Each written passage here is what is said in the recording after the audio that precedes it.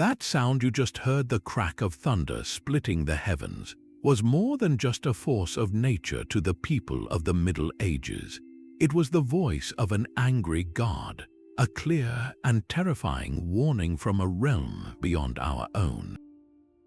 Welcome to a time when the sky was not empty but watchful, and every shadow held the potential for divine judgment. For centuries across Europe and beyond, people lived with a profound belief that their every action was observed by powerful, often merciless, supernatural forces. This was a world woven through with myth, where epic tales of cosmic justice were not mere entertainment, but essential lessons about the fragile line between humanity and the divine. We are about to journey into the heart of this belief, to explore the chilling and captivating stories of divine retribution that shaped cultures, inspired art, and haunted the dreams of millions. The concept is as simple as it is terrifying: divine retribution. It is the unshakable conviction that supernatural beings, gods, spirits, or God himself actively punish human transgressions. This wasn't about a vague karma, it was about direct, often brutal, and always symbolic payback. A king's pride could topple his kingdom. A knight's betrayal could curse his bloodline for generations. A community's greed could summon a plague or a monster from the deepest woods. These stories served a crucial purpose. They were the moral and legal code of a world without modern science, explaining suffering and enforcing social order through fear and wonder. They answered the timeless human question, what happens when we go too far? In this video, we will uncover 35 of these epic myths. We will witness the downfall of the arrogant, the punishment of the wicked, and the eerie, poetic justice delivered from on high. These are not just simple fables, they are complex narratives filled with hubris, betrayal, love, and loss, reflecting the deepest fears and highest aspirations of medieval life. Our journey will be thrilling, at times spooky, but always deeply engaging. So, prepare to step into the shadows of history, to a place where gods and monsters walk the earth, and where every story carries a warning that echoes across the centuries. The judgment of the divine awaits. Our journey into the realm of divine wrath begins with one of the most powerful and enduring stories from the ancient world, a tale that would echo through the centuries and firmly plant itself in the medieval imagination: the tragedy of Oedipus and the plague of Thebes. Picture a great city, once prosperous and strong, now brought to its knees. The fields lie barren, livestock die in the fields, and a pestilence sweeps through the population, claiming the young and the old without mercy. The air is thick with the smoke of funeral pyres, and the sound of mourning has replaced the cheerful noise of the marketplace. This is the scene that greets us at the start of Sophocles' masterpiece, Oedipus Rex. The people of Thebes are suffering a collective punishment, a scourge sent by the gods, and their king, Oedipus, stands before them, vowing to find the cause and lift the curse. The brilliance and the horror of this myth lie in its mechanism of justice. The gods are not punishing the people for their own specific crimes. Instead, the entire community is held hostage for a single, unresolved transgression: the murder of the previous king, Laius. This is the core of collective divine retribution. The innocent suffer alongside the guilty because a stain of sin lies upon the land itself, a pollution that must be cleansed. The desperate citizens turn to their ruler, the very man who saved them from the Sphinx, believing he is their only hope. They cannot know that the savior is in fact the source of their damnation. Oedipus, in his determination to be a good king, launches an investigation that is really a journey into his own cursed past, unknowingly hunting himself. This creates an atmosphere of almost unbearable dramatic irony and dread. We, the audience, often know the truth long before the characters on stage.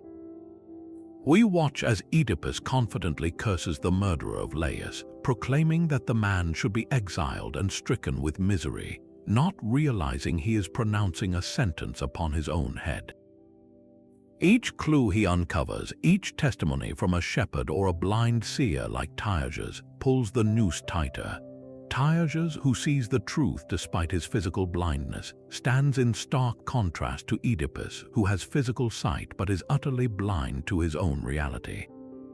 This interplay of sight and blindness becomes a central metaphor for the human condition in the face of fate. We believe we are in control, masters of our own destiny, while the gods see the intricate web we are all trapped within. The moment of Oedipus's realization is one of the most devastating in all of literature. The pieces of the puzzle finally snap into place. The prophecy he tried to escape, that he would kill his father and marry his mother, has been fulfilled in every terrible detail. The man he killed on the road years ago was King Laius, his true father.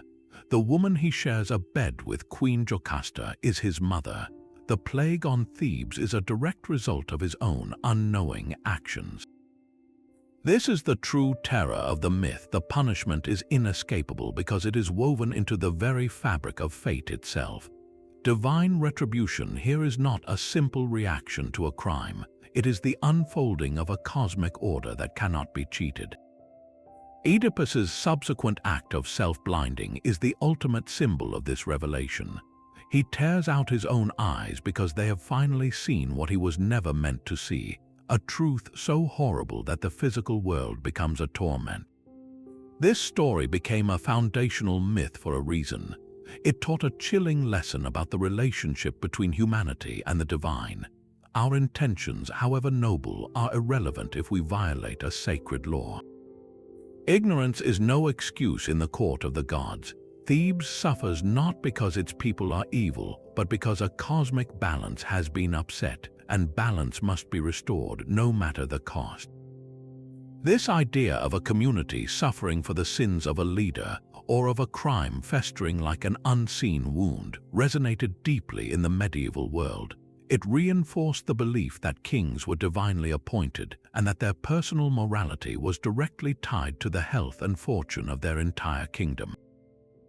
A sinful ruler could bring famine and plague upon his subjects, just as Oedipus did. The myth of Thebes established a template for divine retribution that was both collective and inexorable, a warning from the gods that no one, not even a king, is above their law.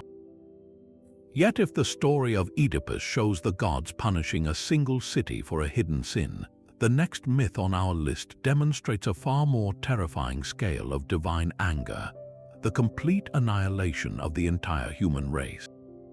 From the localized plague of Thebes, we move to a global deluge, a story found in cultures across the world, but one with a distinctly Greek flavor in the epic of Deucalion's flood. This tale presents us with a Zeus who has reached the end of his patience. He looks down upon the Bronze Age of humanity and sees not a community in need of correction, but a species that has become irredeemably wicked, violent, and impious. In this worldview, the problem isn't just one crime. It is a fundamental corruption of human nature itself, a rot so deep that the only solution is to wash the world clean and begin again. What makes the Greek version so compelling is the presence of a loophole, orchestrated not by Zeus, but by the great trickster and friend to mankind, Prometheus. Knowing his son Deucalion is a just and pious man, Prometheus warns him of the impending catastrophe. This introduces the crucial archetype of the just survivor, the one individual or pair deemed worthy of salvation in a plan designed for total extinction. Deucalion and his wife Pyrrha don't build a massive ark filled with animals as in other traditions. Instead, they construct a simple chest, a vulnerable vessel that will carry them not as zookeepers of a new world, but as its seeds. For 9 days and 9 nights, they are tossed upon a boundless sea, witnessing the absolute power of divine retribution as storms sent by Zeus obliterate every trace of the old world, drowning cities, mountains, and every sinful soul beneath the waves. The aftermath of the flood is where the myth takes its most uniquely Greek turn. When the waters recede and their chest comes to rest on Mount Parnassus, Deucalion and Pyrrha find themselves utterly alone in a silent, empty world. They are safe, but they are faced with an impossible task: how to repopulate the earth. In their despair, they pray to the goddess Thebes for guidance. Her response is a famous riddle. They are to throw the bones of their great mother over their shoulders. After a moment of horror at the thought of desecrating a parent's remains, Deucalion, with the cleverness he inherited from Prometheus, deciphers the oracle. The Great Mother is Gaia, the earth herself, and her bones are the stones that lie upon the ground. When they obey, a miracle occurs. The stones thrown by Deucalion become men, and those thrown by Pirha become women. A new race of humans literally sprung from the earth, hardy and resilient. This act of creation starkly contrasts with other flood narratives. Unlike the Mesopotamian epic of Gilgamesh or the biblical story of Noah, there is no divine covenant or promise never to send another flood. The Greek gods offer no such reassurance. The repopulation is not a gentle act of procreation, but a sudden, almost magical event, emphasizing that humanity is entirely dependent on the whims of the gods for its very existence. The message is clear. The gods have the power not only to destroy but to reinvent civilization from the ground up. The myth of Deucalion serves as the ultimate warning about the consequences of collective impiety, establishing a foundational memory of a time when humanity was judged as a whole and found wanting, a story that would have resonated deeply in a medieval world equally preoccupied with sin, judgment, and the precariousness of divine favor. But if the flood represented a sweeping, impersonal judgment on all of humanity, the next story brings divine retribution down to a shockingly intimate and personal level, a punishment so severe it became a byword for eternal frustration. We descend now from the drowned world of Deucalion into the sunless depths of the underworld itself, to witness the fate of a man who was not merely sinful, but who committed an act so blasphemous it shattered the very foundations of trust between heaven and earth. This is the story of Tantalus, a king who was granted the highest honor a mortal could receive, only to use it to commit the most profound betrayal. Tantalus was no ordinary man. He was a son of Zeus, a king of Lydia, and so favored by the gods that he was a regular guest at their divine feasts on Mount Olympus. He dined on ambrosia and drank nectar, sharing in the conversations of the immortals. This privilege, this sacred invitation into the home of the gods, was founded on the principle of xenia, the sacred law of hospitality that was the bedrock of ancient Greek society. To violate xenia was to attack the social order itself, but Tantalus, swollen with pride and a reckless curiosity, decided to test the limits of this divine friendship. He wanted to know if the gods were truly all-knowing. So when it was his turn to host a banquet for the Olympians, he committed an unspeakable act. He murdered his own son, Pelops, butchered his body, and served the flesh as the main course for his divine guests. The horror of this scene is almost unimaginable. The gods, of course, were not fooled. They recognized the nature of the feast immediately and recoiled in disgust. All, that is, except for one. The goddess Demeter, who was deep in mourning for her lost daughter Persephone, was so distracted by her grief that she absently ate a piece of the shoulder from the gruesome meal. This single act would later have consequences, requiring the restored Pelops to be given a prosthetic shoulder of ivory, but the immediate retribution was reserved for Tantalus. His test was an absolute failure, proving not the god's ignorance but his own profound foolishness and hubris. He had betrayed his role as a host, he had violated the sanctity of his own family, and he had insulted the gods in the most visceral way possible. For this, his punishment in Tartarus was crafted to be a perfect, eternal reflection of his crimes. Tantalus was placed in a beautiful, clear pool of fresh water up to his chin. Above him hung branches heavy with luscious fruit, figs, pomegranates, apples, everything a starving man could desire, but the punishment was in the denial. Whenever he bent his head to drink, the water would instantly drain away, leaving only dry earth. Whenever he reached for the fruit, a sudden wind would whip the branches just out of his grasp. He is perpetually tantalized, a word we still use today, forever in sight of relief but forever denied it. This was not just a physical torment, it was a profound spiritual and psychological punishment. He who had abused the generosity of the gods was now condemned to an eternity of unfulfilled desire, a constant reminder of the blessings he had so carelessly squandered. The myth of Tantalus served as one of the most potent warnings in the medieval arsenal of moral tales. It was a story about the dangers of pride that seeks to challenge the divine order itself. It reinforced the sacredness of Xenia, teaching that the bond between guest and host was inviolable, a microcosm of the relationship between humanity and the gods. To break that bond was to invite a curse not just upon oneself but upon one's entire lineage. Furthermore, it established a template for punishment that was deeply symbolic. The gods did not simply smite Tantalus, they designed a fate for him that perfectly mirrored his sin, a poetic justice that made the moral lesson unforgettable. His eternal hunger and thirst were the direct consequence of his failure to respect the nourishment, both literal and spiritual, that the gods had offered him. Yet even the eternal frustration of Tantalus pales before another punishment from the underworld, one that has become a universal symbol for meaningless, repetitive toil.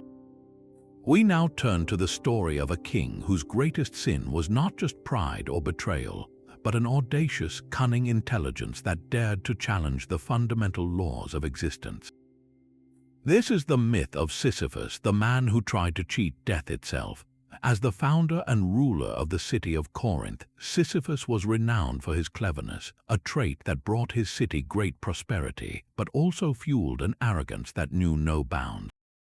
His story is not one of a single crime, but a series of escalating deceptions aimed squarely at the gods who govern the natural order, culminating in an act of such brazen defiance that it demanded an eternity of poetic justice. Sisyphus's path to damnation began with a transgression against Zeus. He witnessed the god abducting the nymph Aegina, and when her father, the river god Asopus, came searching for her, Sisyphus offered to reveal the secret, but only in exchange for a permanent spring of fresh water for his city of Corinth. This act of blackmailing the king of the gods demonstrated a breathtaking level of hubris. He treated divine affairs as a bargaining chip, leveraging his knowledge for earthly gain. Enraged by this betrayal, Zeus sent Thanatos, the very personification of death, to chain Sisyphus and drag him down to the underworld. But when Thanatos arrived, Sisyphus, with feigned curiosity, asked to see how the chains worked. The moment death demonstrated the manacles, the cunning king quickly shackled Thanatos himself. The immediate consequence was that no one on earth could die. Wars raged without end, the wounded suffered eternally, and the natural cycle of life and death ground to a halt. It was a state of chaos born from one man's refusal to accept his mortal fate. This initial victory, however, was short-lived. The god of war, Ares, furious that his battles had lost all meaning without death, eventually stormed down to Sisyphus's palace, freed Thanatos, and delivered the king to the underworld. But Sisyphus had one more trick up his sleeve. Before he left, he had instructed his wife, Merope, not to perform the customary funeral rites for his body. When he arrived in the realm of Hades and Persephone, he approached the queen with a pathetic plea. He claimed his wife's impiety in denying him a proper burial was a grave insult, and he begged for permission to return to the world of the living for just 3 days to chastise her and ensure the rites were performed. Persephone, moved by his apparent concern for divine law, agreed. Sisyphus, of course, had no intention of returning. He went back to Corinth, resumed his throne, and lived to a ripe old age, laughing in the face of gods and death alike. This second successful deception was the final straw. The gods could not allow such a flagrant mockery of their power. When Sisyphus finally died of old age, his punishment in Tartarus was designed to be the ultimate futile task. He was condemned to roll an immense, heavy boulder up a steep hill. With every ounce of his strength, he would push and struggle, inching the stone toward the summit. But just as it was about to crest the hill, the massive rock would inevitably slip from his grasp and come crashing all the way back down to the plain below. And so, for all eternity, Sisyphus must descend, reset his shoulders against the weight, and begin the laborious ascent once more, forever on the verge of success but forever denied completion. On its surface, this is a straightforward punishment for hubris, a futile activity for a man who futilely tried to escape his destiny. But the myth's power has endured for millennia because it resonates on a much deeper philosophical level. It can be seen as a stark allegory for the human condition itself. Our lives are often filled with repetitive tasks, with labors that seem to have no lasting meaning. We work, we strive, we build, only to see our efforts undone by time and circumstance. In this view, Sisyphus is every one of us pushing our own boulders up our own hills. The 20th century philosopher Albert Camus even argued that Sisyphus is ultimately victorious. He suggested that one must imagine Sisyphus happy, for in the moment he accepts the absurdity of his task and finds purpose in the struggle itself, he transcends his punishment. His defiance becomes a form of freedom. For a medieval audience, however, the lesson was more direct and terrifying. Sisyphus was the ultimate warning against the sin of superbia or spiritual pride.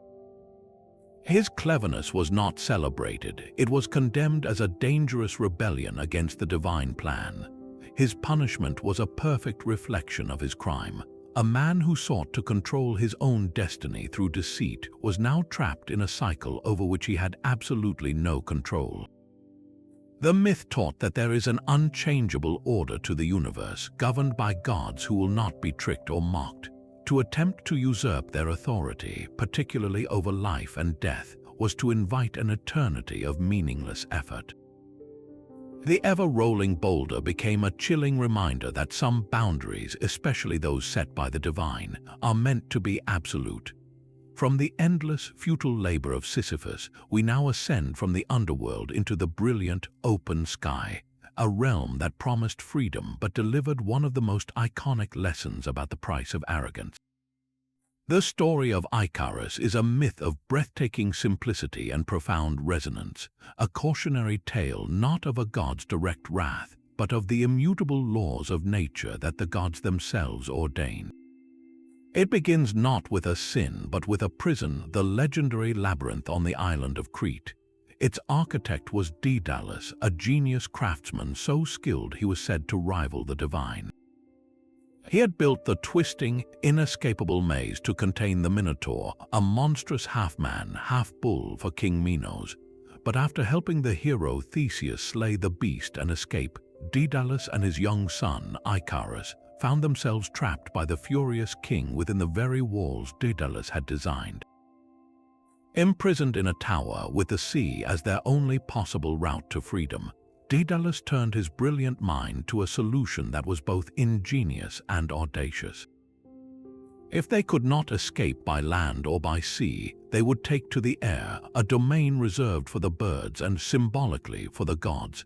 Gathering feathers that fell from seabirds and collecting wax from honeycombs, Daedalus crafted 2 pairs of magnificent wings. He carefully fastened the larger feathers with thread and the smaller ones with wax, sculpting them into graceful, functional curves. But before they took flight, the father gave his son a crucial warning, a set of instructions that carried the weight of divine law. He told Icarus that he must follow a middle course. Flying too low would cause the sea's dampness to clog the wings with moisture, pulling him down into the waves. But flying too high, too close to the heat of the sun, would surely melt the wax that held his wings together. The path to safety was a narrow one, a path of moderation and obedience. The initial flight was a triumph of human ingenuity. They leapt from their prison window and felt the incredible lift as the wings caught the air. Below them, fishermen, shepherds, and plowmen looked up in astonishment, mistaking them for gods. They soared past the islands of Samos, Delos, and Paros, a father and son experiencing a liberation that no mortals had ever known. It was in this moment of ecstatic freedom that the tragedy unfolded. Icarus, intoxicated by the thrill of flight and the vastness of the sky, forgot his father's warning. The cautious middle path suddenly seemed timid, boring. He felt the sun's warmth on his face, and filled with a youthful, reckless ambition, he began to climb higher and higher, chasing the sublime feeling of ascending towards the heavens themselves. He was no longer just escaping, he was transcending, reaching for a glory that was never meant for mortal hands. And then the wax surrendered. The bonds that held the feathers together, stressed by the intense solar heat, began to soften and drip away. One by one, the feathers loosened and fluttered off into the empty air. Icarus flapped his arms frantically, but now they were just arms, no longer wings. The boy who had flown too close to the sun now plummeted, a falling star, into the sea that now bears his name, the Icarian Sea. Daedalus, turning back at the sound of his son's cries, could only watch in horror, utterly powerless to save him. He retrieved the body and buried it on a nearby island, which was called Icaria in the boy's memory. The punishment here is starkly different from the personalized torments of Tantalus or Sisyphus. There is no god directly striking Icarus down. Instead, the retribution is impersonal, automatic, and inevitable. It is the consequence of defying a fundamental limit, a law of physics that also represents a law of the cosmos. Humanity has its place, and to seek to rise above it is to risk utter destruction. The core theme is hubris, but of a particularly modern-seeming kind. Icarus's sin wasn't violence or impiety in a traditional sense. It was an excess of enthusiasm, a failure of discipline, and an overestimation of his own capabilities. He didn't just disobey his father, he disregarded the natural order. The sun, often associated with a god like Helios or Apollo, represents the divine realm. By flying too close, Icarus was not just testing a material limit, he was committing an act of spiritual trespass. His fall is a powerful lesson in sophrosyne, the Greek ideal of moderation, self-control, and prudence. For a medieval audience, this story was a perfect allegory for the sin of pride. It warned that even the most brilliant human inventions, the greatest escapes from adversity, could be undone by a single moment of unchecked ambition. The sky was not a frontier to be conquered, but a boundary to be respected, a constant reminder that human ambition, left unchecked, contains the seeds of its own downfall. Daedalus, the wise craftsman, survived because he understood and respected the limits. Icarus, the impetuous youth, became an eternal symbol of the cost of ignoring them. But not every story of divine punishment takes place on a grand cosmic scale or in the gloomy depths of the underworld. Sometimes the most cutting retribution unfolds in a seemingly mundane setting, born from a contest of pure skill. We move now from the open sky to the intimate, focused space of the weaver's loom, where threads of wool and pride become the instruments of a devastating confrontation. This is the story of Arachne, a mortal woman whose talent was so extraordinary it became her greatest liability. Her myth is a powerful exploration of a very specific kind of hubris, not the pride of kings or heroes, but the arrogance of the artist who believes their skill places them above the very sources of their inspiration.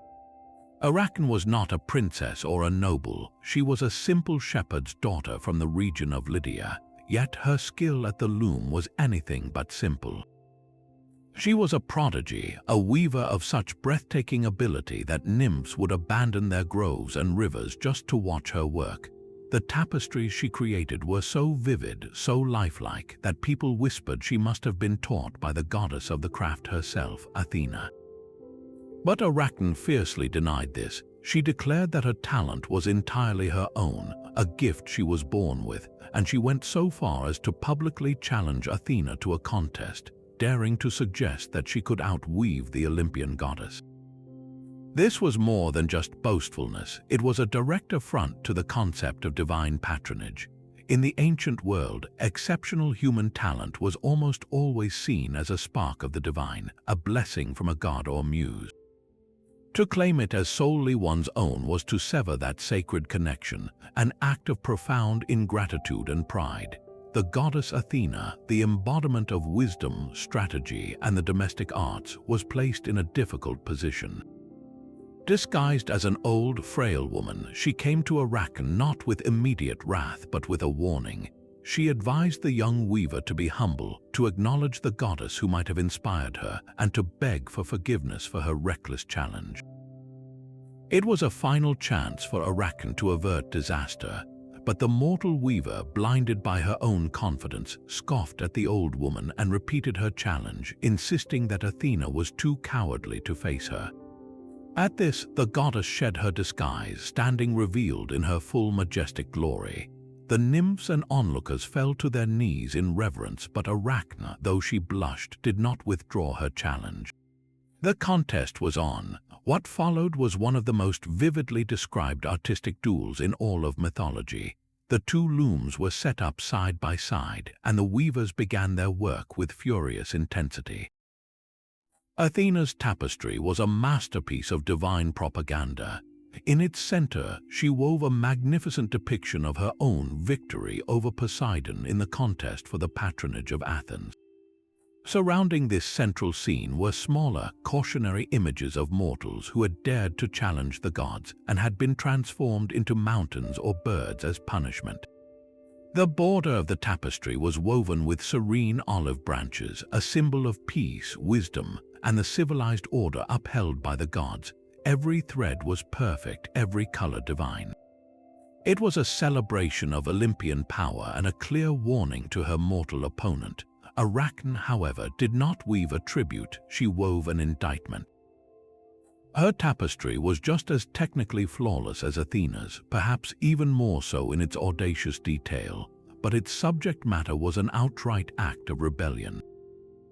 She depicted not the glorious triumphs of the gods, but their most shameful exploits, their deceptions, their seductions, and their acts of violence against mortals.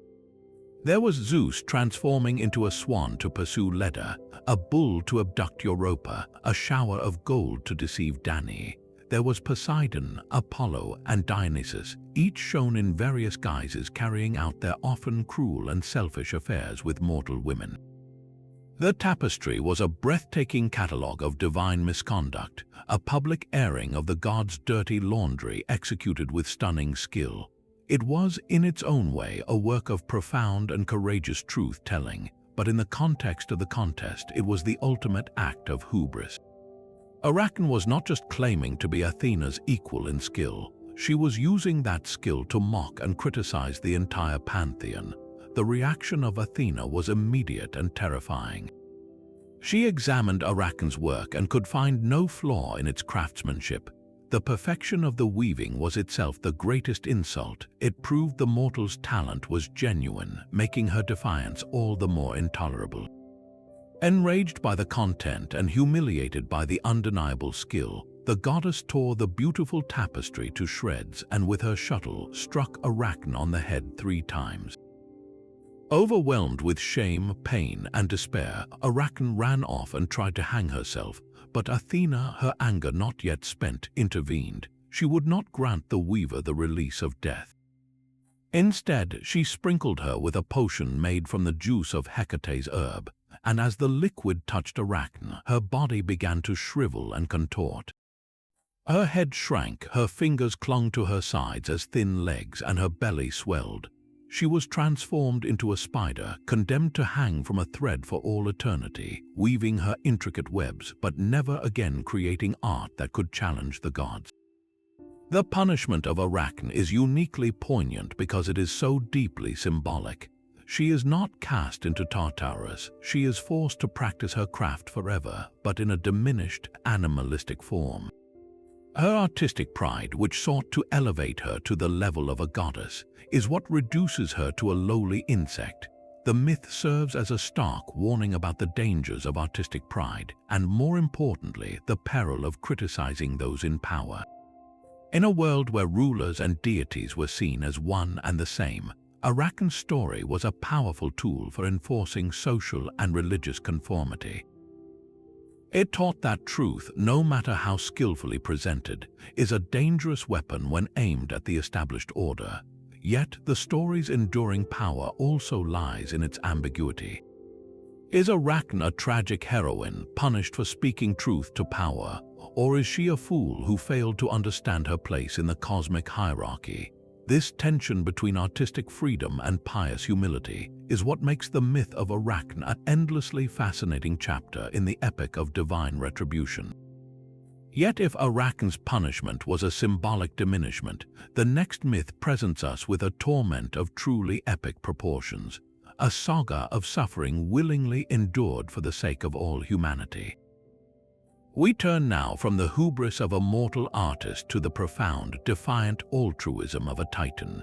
This is the story of Prometheus, whose name means forethought, and whose punishment became the ultimate symbol of sacrifice. His crime was not one of personal pride or mockery, but of a fundamental, radical act of compassion that reshaped the destiny of the human race, an act for which Zeus would ensure he paid an agonizing, eternal price. To understand the severity of Prometheus's punishment, we must first grasp the value of what he stole. In the earliest days of humanity, according to Hesiod's telling, people lived a bleak, helpless existence. They were fragile creatures dwelling in dark, sunless caves, shivering through the cold nights and eating their meat raw. They possessed no arts, no crafts, no means to build civilizations or shape their world.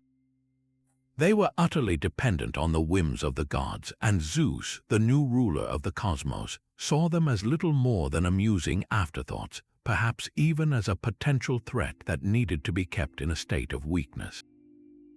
Fire was the crucial missing element. It was far more than just a source of warmth and a tool for cooking. It represented technology, knowledge, and the very spark of civilization itself. It was a divine secret, a power jealously guarded on Mount Olympus, for the gods knew that with fire, humanity would cease to be passive subjects and begin their ascent toward mastery over their environment. Prometheus, who had fought alongside Zeus in the war against the Titans, looked upon this suffering with pity. His allegiance was not blindly to the new Olympian order, but to a broader sense of justice. He saw the potential within humankind and made a conscious, calculated decision to intervene. He journeyed to Olympus and, using a stalk of fennel as a hollow tube, stole a single glowing ember from the hearth of the gods. Carrying this spark down to the world below, he delivered it into the hands of mortals. This single act changed everything. With fire, humans could now forge metals into tools and weapons, bake clay into pottery, illuminate the darkness, gather in communities around a shared hearth, and ultimately develop all the sciences and arts that define civilization. It was the greatest gift ever bestowed, but it was an act of outright theft from the king of the gods. Zeus's rage was incandescent. This was not merely a matter of stolen property. It was a direct challenge to his authority and a catastrophic shift in the cosmic balance of power. By empowering humanity, Prometheus had created a new, unpredictable force in the world. The comfortable hierarchy where gods ruled and mortals served was now under threat. But Zeus's vengeance was cunning and twofold. First, he punished humanity for accepting the gift. He commanded the gods to create the first woman, Pandora, a being of exquisite beauty but endowed with a deceptive heart. She was given a sealed jar, often mistranslated as a box containing all the evils of the world: sickness, toil, strife, and sorrow.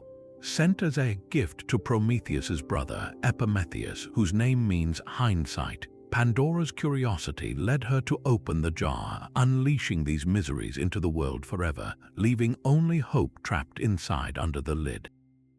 This was Zeus's way of ensuring that human progress would always be tempered by suffering, but the full, terrifying force of divine retribution was reserved for Prometheus himself.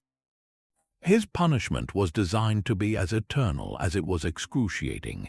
The Titan was dragged to the furthest, most desolate reaches of the Caucasus Mountains. There he was chained with unbreakable adamantine bonds to a jagged rock face. His sentence was not a single moment of pain, but an endless cycle of agony. Each day, a giant eagle, the sacred bird of Zeus, would fly down from the sky and settle upon his defenseless body. With its razor-sharp beak and talons, it would tear open his abdomen and devour his liver, the organ believed by the Greeks to be the seat of human emotions and passions. The pain would be unimaginable, a daily ritual of torture, but the true horror of the punishment lay in its regenerative nature. Because Prometheus was an immortal titan, his liver would grow back each night, healing completely by dawn, only to ensure the eagle could return the next day and begin its grim feast anew. This was an eternity of suffering with no possibility of release, a perfect, brutal reflection of his crime. He had given humanity a renewable source of power and progress, and in return, he was condemned to a renewable source of pain. The myth of Prometheus, however, is not just a story of punishment. It is a profound exploration of the cost of enlightenment and the defiance of tyranny. Prometheus's torment lasted for centuries, but he never bowed to Zeus. He held a secret that gave him a form of power even in his chains. He knew the prophecy of a future threat to Zeus's rule. This knowledge was his only bargaining chip. His eventual liberation came only when the hero Heracles, passing through during his labors, slew the eagle with an arrow and freed the Titan, an act Zeus permitted because it brought glory to his son and because Prometheus finally revealed the prophecy. This enduring myth resonated powerfully through the ages, seen by the Romantic poets as a symbol of the rebel who suffers for the sake of human knowledge and freedom, a defiant stand against arbitrary authority. For a medieval audience, it served as a complex lesson about the duality of progress. It acknowledged that great advancements for humanity often come at a great personal cost, and that challenging divine or royal authority, even for the noblest of reasons, could invite a wrath of cosmic proportions. Prometheus, bound to his rock, became an eternal emblem of the suffering inherent in the pursuit of light against the darkness.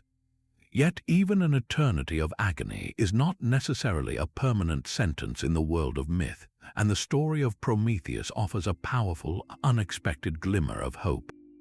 For centuries, the Titan remained bound to his rock, a silent witness to the turning of the ages and the civilization his stolen gift had helped to create. His liberation, however, would not come from a change of heart by Zeus, but through the actions of another legendary figure whose own life was defined by struggle and atonement, the hero Heracles. This convergence of myths is profoundly significant. Heracles, the son of Zeus and a mortal woman, was in the midst of his famous 12 labors, a series of near-impossible tasks imposed upon him as punishment for a crime committed in a fit of madness.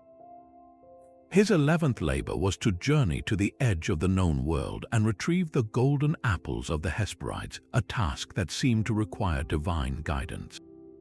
It was on this quest that his path led him to the desolate peaks of the Caucasus.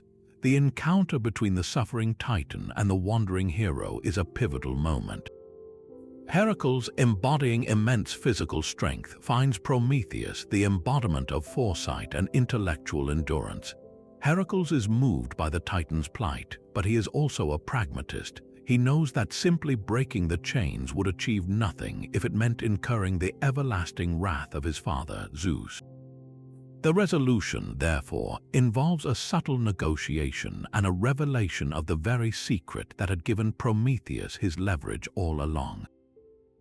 Prometheus agrees to tell Heracles how to find the apples of the Hesperides, but in exchange, and more importantly, he reveals the prophecy he had long held secret, that a marriage Zeus was considering to the sea nymph Thebes would produce a son greater than the father, a son who would one day overthrow Zeus, just as Zeus had overthrown Cronus. This knowledge was the key to his freedom. By providing Zeus with this crucial information, Prometheus offered the king of the gods a way to secure his reign, transforming himself from a defiant prisoner into a valuable counselor. With this bargain struck, Zeus permitted Heracles to act. The hero, with one of his arrows, shot the tormenting eagle from the sky and shattered the adamantine chains, finally ending the Titan's millennia of torment. This resolution transforms the myth from a simple tale of punishment into a complex narrative about the possibility of reconciliation and the value of knowledge. Prometheus is freed not because Zeus forgives him, but because his wisdom becomes essential to the stability of the cosmic order. It suggests that even the most severe divine punishments can have an end, often through a combination of external intervention, strategic compromise, and the enduring power of truth. The involvement of Heracles, a hero who himself suffered greatly but achieved immortality through his labors, adds a layer of hope. It creates a symbolic link between human striving and divine justice, showing that heroic effort can sometimes break even the most cruel of cycles. The legacy of Prometheus did not end with his rescue in the ancient world. The myth proved to be incredibly fertile ground for reinterpretation, especially in later literature and philosophy. In the Romantic era of the 18th and 19th centuries, Prometheus was resurrected as the ultimate symbol of resistance against tyranny. Poets like Percy Bysshe Shelley saw in him not a thief being justly punished, but a noble rebel suffering for the sake of human freedom and enlightenment. Shelley's lyrical drama, Prometheus Unbound, portrays him as a moral and intellectual champion whose steadfast resistance to the tyrannical Jupiter, a stand-in for Zeus, ultimately leads to a utopian transformation of the world. In this view, the punishment is not a consequence of hubris but a badge of honor, the price paid for challenging oppressive authority. The myth's core elements, the theft of fire, the enduring suffering, and the eventual liberation, became a powerful allegory for political revolution, scientific progress, and the human spirit's relentless quest for knowledge in the face of dogma. This duality is what gives the Prometheus myth its enduring power.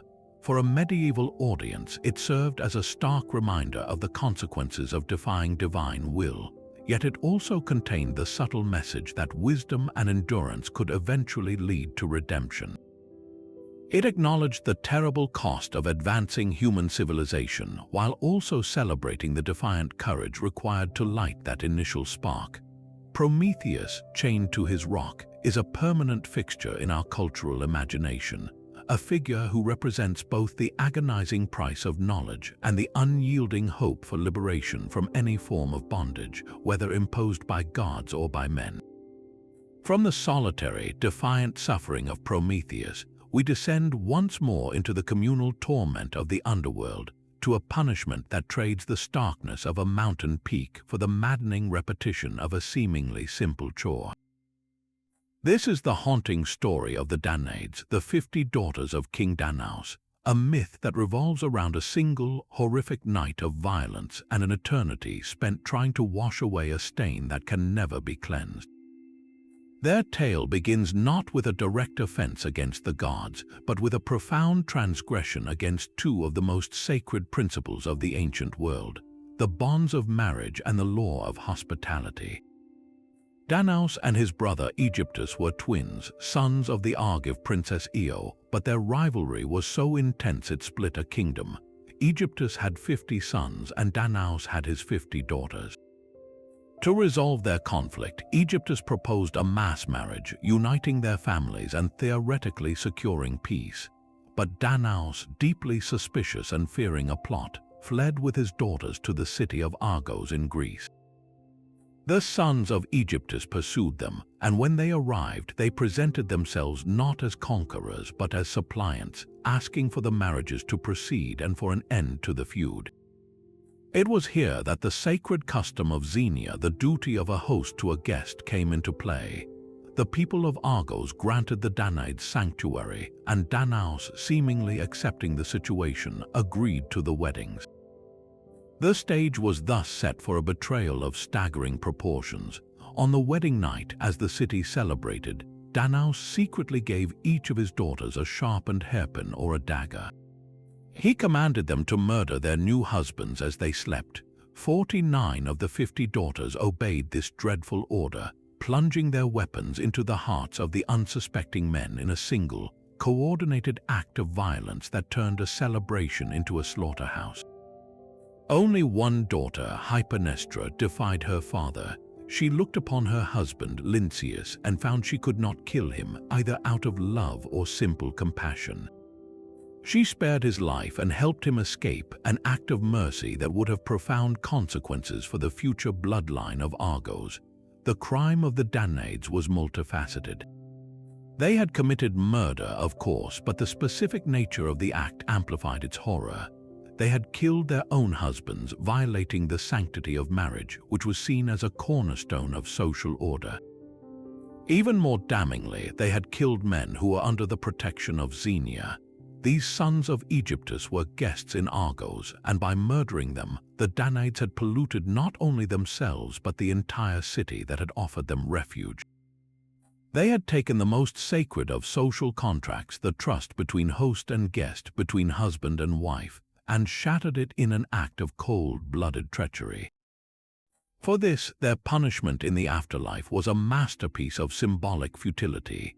Condemned to Tartarus, the Danaids were given an endless task. They must fill a large ceremonial pithos or storage jar with water. The catch, the source of their eternal torment, was that the jars were perforated, either cracked or riddled with holes, behaving essentially like sieves. They would be given water jugs and sent to a source of water, perhaps a stream or a well. They would fill their jugs, carry them back, and pour the water into the great jar, only to watch it trickle out onto the dry ground almost immediately. Then they would have to turn around and begin the entire process again, forever. This image is one of the most potent in all of mythology. It perfectly encapsulates the concept of an impossible Sisyphean labor. But where Sisyphus's task was a punishment for personal hubris and deceit, the Danaids' ordeal is specifically about the impossibility of purifying oneself from the stain of blood guilt, especially the guilt of murdering kin. Water is a universal symbol of cleansing and purification. Their task is to wash away their sin, to make things clean again, but the leaking jar ensures that this purification can never be achieved. The water, the means of their cleansing, will never accumulate, the stain will remain forever. It is a psychological torture as much as a physical one, a constant, draining reminder that some actions are so heinous that their consequences can never be undone, only endlessly, futilely reenacted. The myth of the Danaids presents a complex and troubling view of female agency and collective punishment. These were women who acted on the command of a patriarchal authority, their father. Yet the full weight of the divine retribution falls upon them, not him. Danaus eventually met his own end, killed by Lynceus, the sole surviving husband, but the daughters bear the eternal burden. This reflects an ancient anxiety about women as the enforcers of domestic violence, a betrayal of their expected role as nurturers and wives. Their punishment serves as a severe warning about the consequences of disrupting the social order, particularly the order of the family and the obligations of hospitality. It is a chilling tale that underscores the ancient belief that certain crimes create a pollution that follows the guilty into the afterlife, demanding a payment that never, ever ends. But while the Danaids face their eternal task in the silent gloom of the underworld, our next story erupts into the sun-drenched fields of the mortal world, where the wrath of a goddess takes a terrifyingly tangible form. The myth of the Caledonian boar hunt demonstrates that divine retribution was not always a matter of cosmic storms or personal torment. Sometimes it was a monster unleashed, a physical embodiment of anger sent to ravage the land and its people. This epic begins not with a grand act of defiance, but with a simple, seemingly minor oversight, a forgotten ritual that would spiral into tragedy. The kingdom of Caledon was prosperous under the rule of King Oeneus, a benevolent leader known for his piety. To give thanks for a particularly bountiful harvest, Oeneus performed the proper and expected duty of a king. He made sacrifices to all the Olympian gods, offering the first fruits of the land to honor their patronage. But in the long and meticulous process, one deity was inadvertently omitted. the goddess Artemis, the virgin huntress, protector of the wild, and a divinity known for her fierce and unforgiving pride, was left out. Whether it was a simple clerical error in the long list of gods or a more profound act of negligence, the result was the same. Artemis saw the omission not as a mistake, but as a grave insult, a public snub that demanded a response proportionate to her wounded honor. Her retribution was swift, direct, and perfectly aligned with her domain. She did not send a plague or a drought. She sent a monster from the heart of the wilderness she commanded. From the deep, untamed forests of Aetolia, she summoned a boar of monstrous proportions. This was no ordinary beast. It was described as larger than a bull, with tusks as long as a man's arm and eyes that glowed with a malevolent red fire. Its hide was so tough it was impervious to ordinary spears, and its breath was a foul, poisonous mist that blighted the crops it didn't trample. The Caledonian boar went on a rampage, uprooting vineyards, destroying orchards, and goring both livestock and any men who dared to confront it. The land of Caledon, once a symbol of abundance, was swiftly transformed into a wasteland, its people living in terror. This was the genius of Artemis's punishment. It attacked the very source of the king's pride, the fertility of his land, using a creature that represented her own untamable power. Faced with this divine scourge, King Oeneus knew that ordinary measures would not suffice. This was a crisis that demanded a heroic solution. He sent out a call to the greatest heroes of Greece, offering the spoils of the hunt and eternal fame to whoever could slay the beast. The response created one of the most legendary assemblies of heroes before the voyage of the Argo, a gathering that included the mightiest warriors of the age. Among them were Jason, the future leader of the Argonauts, the tireless hunter Peleus, father of Achilles, the formidable Telamon, and the twins Castor and Pollux. But the central figure of the ensuing drama was the king's own son, the young and charismatic Meleager. And it was Meleager who would set in motion the tragedy's final act by insisting on the inclusion of one particular and highly controversial hero, the huntress Atalanta. Atalanta was a figure as wild and independent as Artemis herself. Raised by bears in the wilderness and a devotee of the goddess, she was a peerless hunter, swift of foot and deadly with a bow. Her presence, however, caused immediate friction among the proud, aristocratic heroes. Many objected to hunting alongside a woman, believing it dishonorable and an ill omen. But Meleager, who was either captivated by her skill or smitten with her beauty, championed her cause, and so the great hunt began. The heroes and their hounds drove the monstrous boar from its lair, and a chaotic, bloody battle ensued. Spears were thrown only to bounce harmlessly off the beast's thick hide. Men were tossed into the air or gored by its wicked tusks.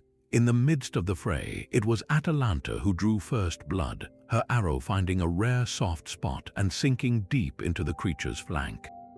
Enraged and wounded, the boar was then set upon by the heroes, and finally, Meleager plunged his spear into its heart, dealing the killing blow. The death of the boar, however, did not end the crisis. It merely transferred the conflict from the field to the human heart. As the victor, Meleager had the right to the boar's prized hide and tusks. In a gesture that shocked and angered his fellow hunters, he awarded these spoils to Atalanta, honoring her for drawing the first blood that made the kill possible. This act of gallantry or passion was seen as a profound insult to the other heroes, particularly to Meleager's own uncles, his mother Althea's brothers. They confronted him, claiming their familial right to the spoils over a mere woman, an outsider. A bitter argument escalated into violence, and in the ensuing fight, a furious Meleager killed his uncles. When the news reached the palace, Queen Althea was initially overjoyed at her son's victory and safe return. But her joy turned to inconsolable grief and then to a burning, vengeful rage upon learning that he had murdered her brothers. This conflict between maternal love and familial duty tore her apart, and then she remembered a secret from the day of Meleager's birth. The fates had appeared at his cradle and prophesied that the baby would live only so long as a certain log burning in the fireplace remained unconsumed.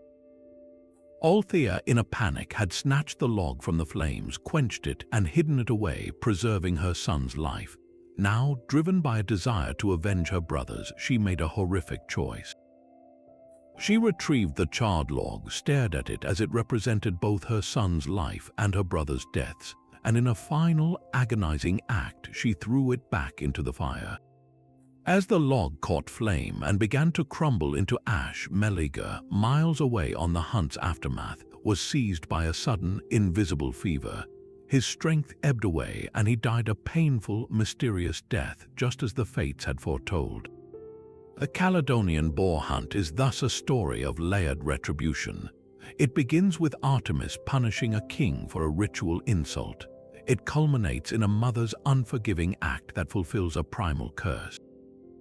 The goddess's wrath was the spark, but the tragedy was fueled by human passions, pride, jealousy, and an unyielding commitment to vengeance that ultimately consumed the very hero who had saved the kingdom. The myth serves as a powerful lesson on the cascading consequences of disrespecting the gods. A single forgotten sacrifice led not only to a national disaster, but to the destruction of a royal family, proving that divine anger, once unleashed, could intertwine with human flaws to create a tragedy far greater than anyone could have imagined. But the raw, destructive power of a goddess's anger is not always channeled through a monstrous beast. Sometimes it strikes directly at the mind, twisting a hero's greatest strength into the instrument of his deepest tragedy. This brings us to a story that stands apart in its heartbreaking injustice. The myth of Heracles, a hero whose very name means the glory of Hera, yet whose life was defined by the relentless persecution of that same goddess. Unlike the previous tales where punishment followed a clear transgression, the torment of Heracles began before he was even born, rooted in the bitter jealousy of a divine queen. His story is a profound exploration of undeserved suffering, where the line between villain and victim is tragically blurred, and where the path to redemption is paved with near-impossible trials. The source of Hera's vendetta was not Heracles himself, but the infidelity of her husband, Zeus. The king of the gods, in one of his many affairs with mortal women, fell for Alcmene, the beautiful and virtuous queen of Tiryns. To seduce her, Zeus famously disguised himself as her husband, Amphitryon, and from that union the child Heracles was conceived. Zeus, in his typical boastfulness, proclaimed that the next descendant of Perseus to be born would rule Mycenae. Hearing this, a furious Hera intervened with cunning malice. She delayed the birth of Heracles and hastened the birth of his cousin, Eurystheus, ensuring that the weaker Eurystheus would inherit the throne that was rightfully meant for the demigod. This was Hera's first strike, not only cuckolding her husband but strategically undermining the destiny of his son, setting the stage for a lifetime of subservience and struggle. From his earliest days, Hera's hatred was a constant presence. As an infant, she sent 2 giant serpents into his crib to kill him, but the young Heracles, displaying the divine strength inherited from his father, strangled the snakes with his bare hands. This early victory was a sign of his incredible potential, but it also cemented Hera's resolve. She would not give up. As Heracles grew into the strongest man in the world, a paragon of heroic virtue, Hera's envy festered. He married the Theban princess Megara and had children with her, seemingly building a happy, stable life. But this period of peace was merely the calm before a storm of divine cruelty. Hera saw his happiness as an insult, a success she could not allow. She decided to attack him not with monsters but by corrupting the very core of his being. She inflicted upon him a sudden, raging madness. It was not a subtle temptation, but an overwhelming wave of psychic violence that clouded his mind and poisoned his thoughts. In his delusional state, Heracles no longer saw his beloved wife and children.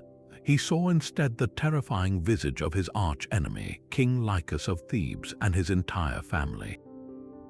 Believing he was defending his home from a mortal threat, the hero's protective instincts turned homicidal. With his godlike strength, he turned on the people he loved most. The tragedy unfolded with horrifying speed. He slaughtered his sons, and when Megara rushed to protect them, he killed her as well. The madness was so complete that he likely would have continued his rampage through the city had the goddess Athena not intervened, striking him with a stone to knock him unconscious. When Heracles awoke, the horror of what he had done crashed down upon him. The madness had lifted as suddenly as it had arrived, leaving him surrounded by the bloody aftermath of his own hands. This moment of clarity is one of the most devastating in all mythology. The greatest hero of Greece, a man defined by his strength and his desire to protect the innocent, found himself the butcher of his own family.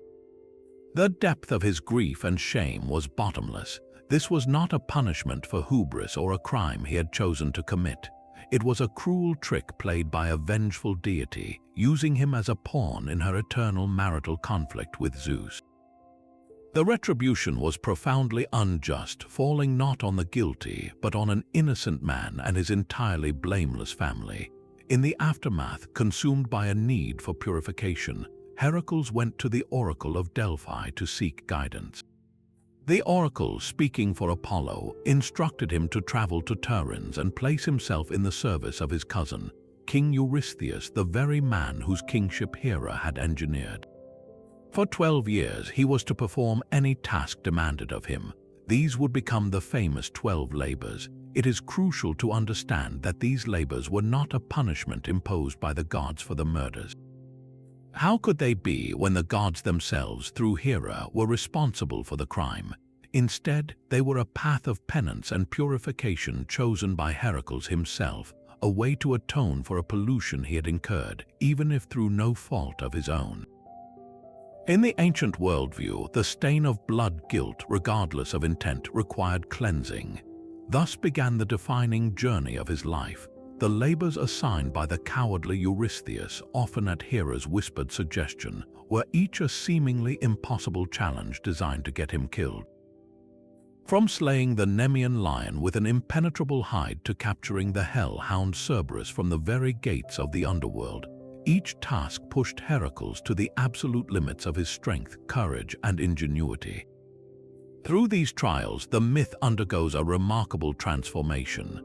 The narrative shifts from one of victimization to one of active heroism. Heracles takes the unjust suffering inflicted upon him and through immense effort and endurance forges it into a legacy of glory.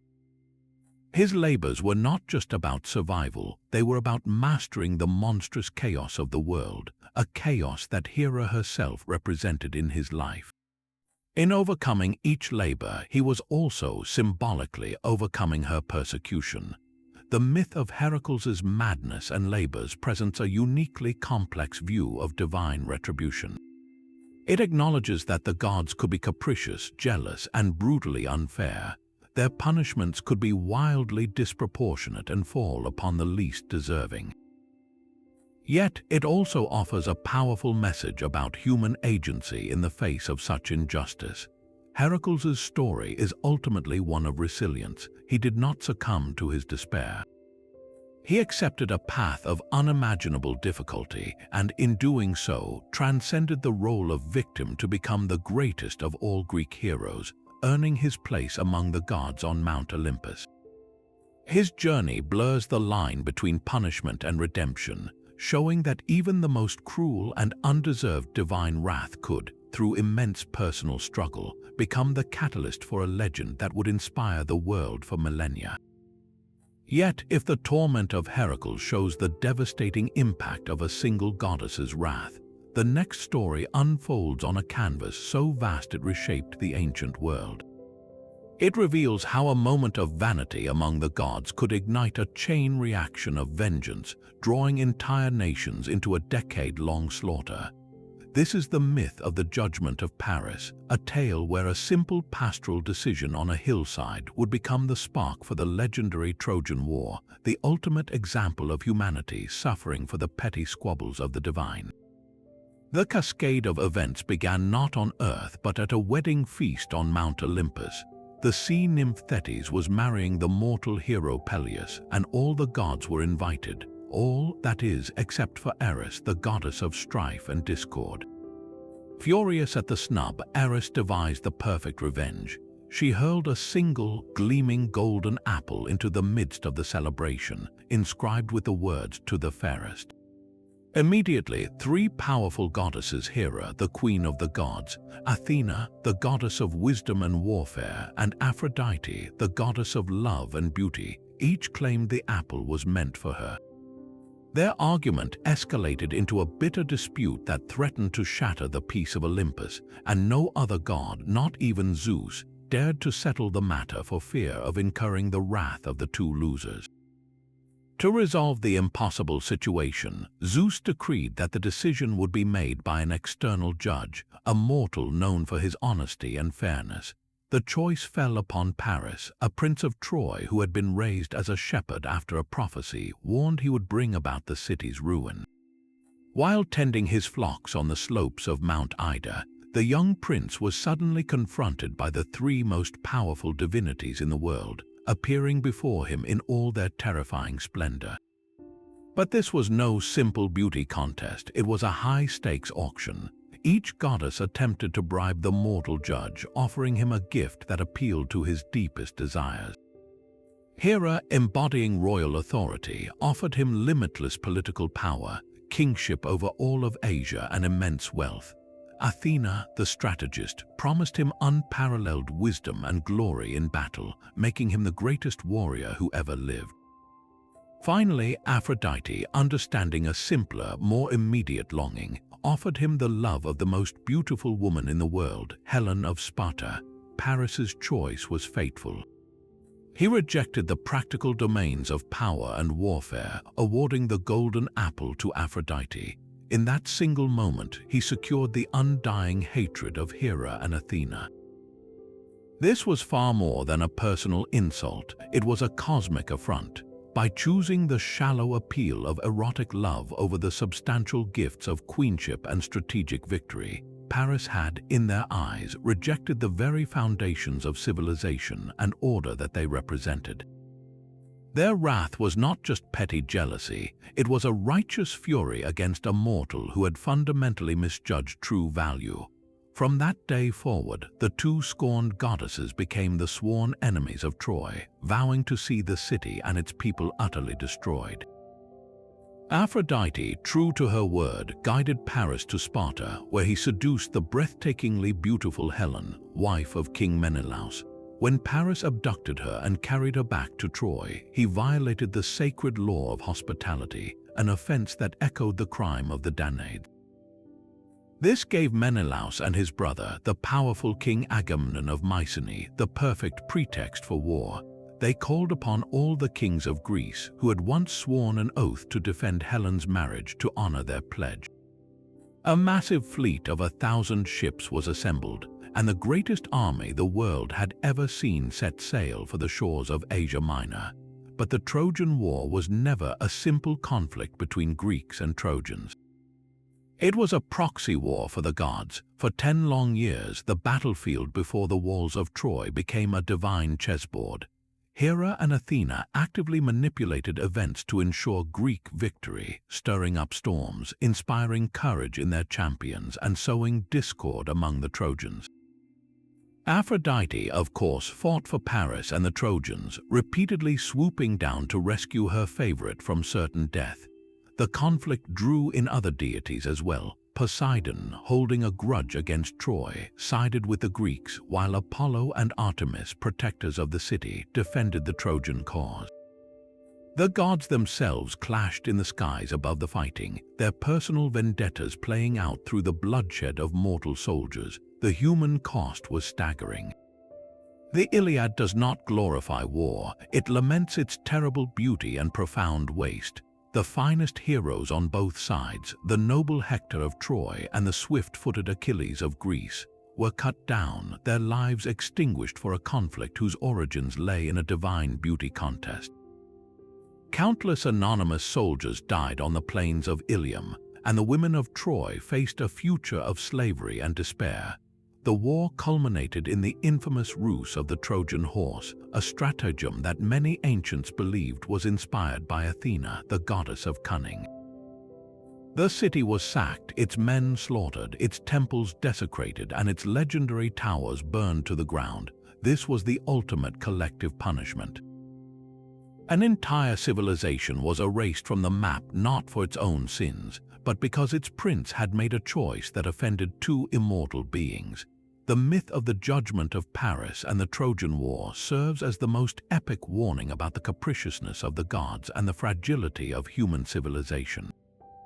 It demonstrates that divine retribution could be impersonal and disproportionate on a colossal scale. The suffering of thousands over 10 years was the direct consequence of a moment of vanity and a mortal's fatal flaw, in this case, Paris's choice of immediate pleasure over lasting wisdom and power.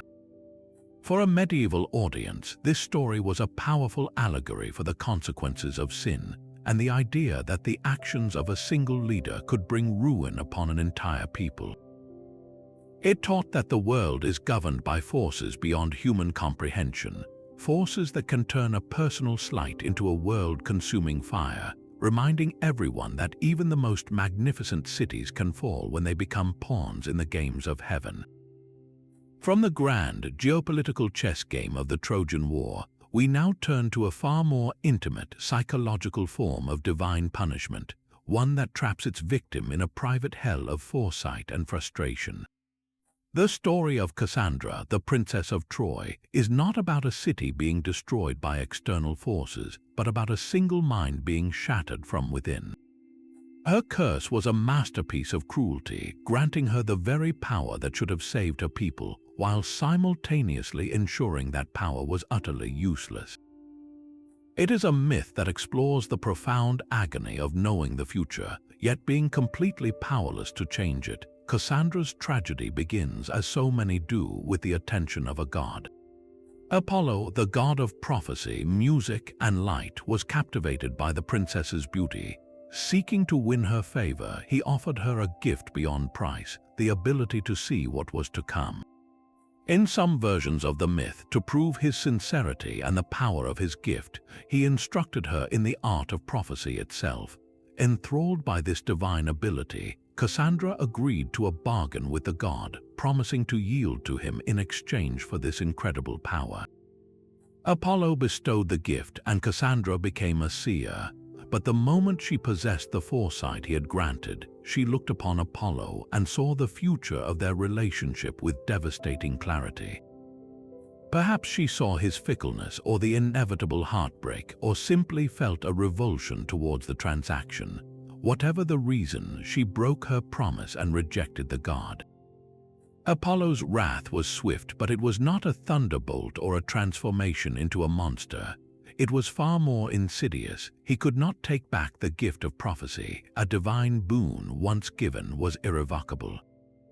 Instead, he cursed the gift itself. He spat into her mouth or breathed upon her or simply willed it so. From that moment forward, no one would ever believe a word of her prophecies.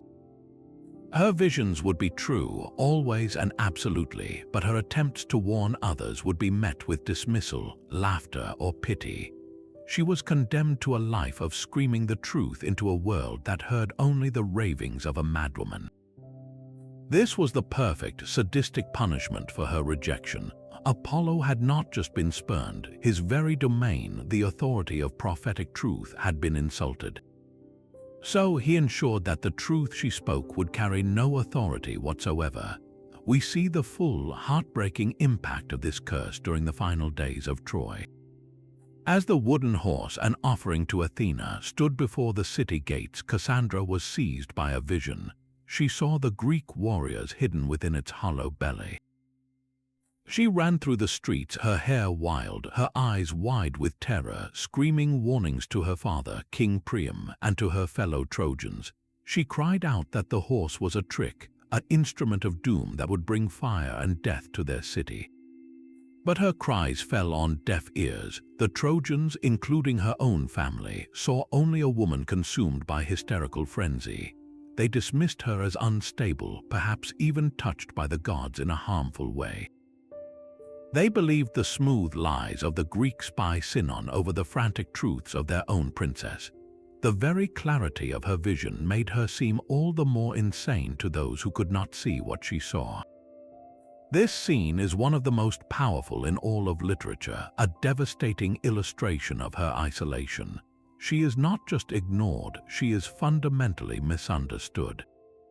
Her gift, which should make her the most valuable person in the city, renders her its most marginalized. She is a living, breathing alarm bell that no one can hear. As the Trojans celebrated what they believed was their victory and dragged the horse inside the walls, Cassandra could only watch in horror, knowing with absolute certainty the slaughter that would come with the night. Her curse forced her to be a passive witness to the unfolding catastrophe, experiencing the fall of her city not as a shocking surprise, but as a slow, inevitable nightmare she had already foreseen in every terrible detail. The horror did not end with the sack of the city. In the chaos of the burning streets, she sought refuge at the altar of Athena, clinging to the statue of the goddess in a final, desperate plea for sanctuary. It was there that the Greek warrior Ajax the Lesser found her.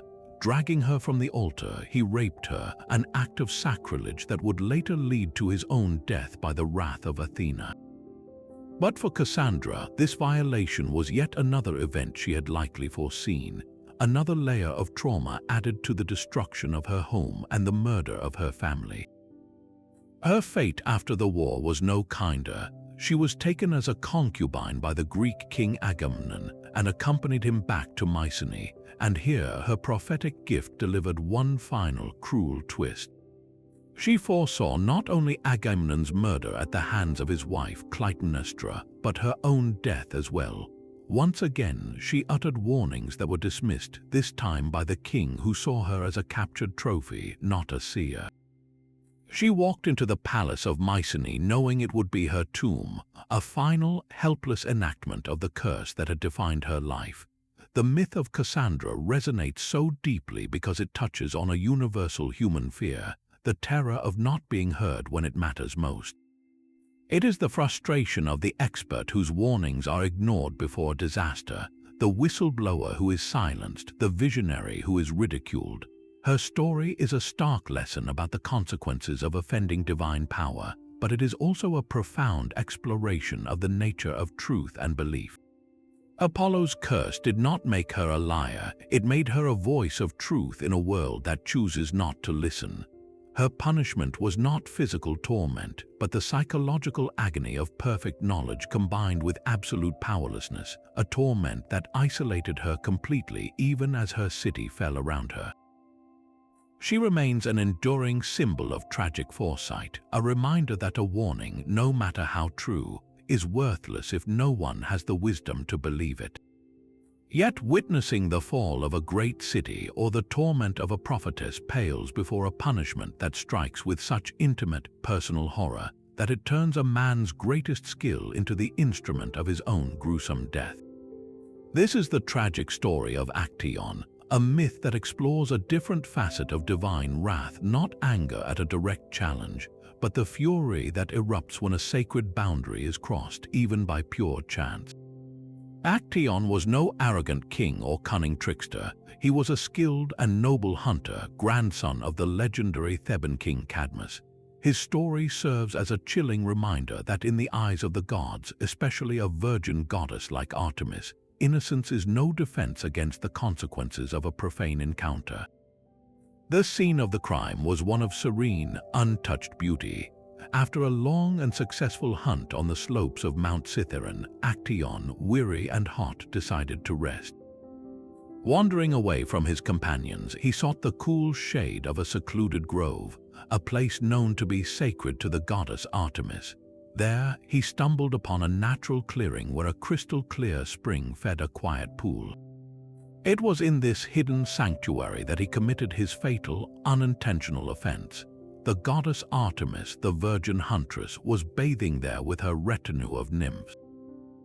In an instant, Actaeon found himself witness to a sight forbidden to all mortal eyes, the naked, divine form of the goddess. He froze as much from awe as from terror. This was not an act of voyeurism. It was a catastrophic accident, a wrong turn in the woods with cosmic consequences. The violation, however accidental, was absolute.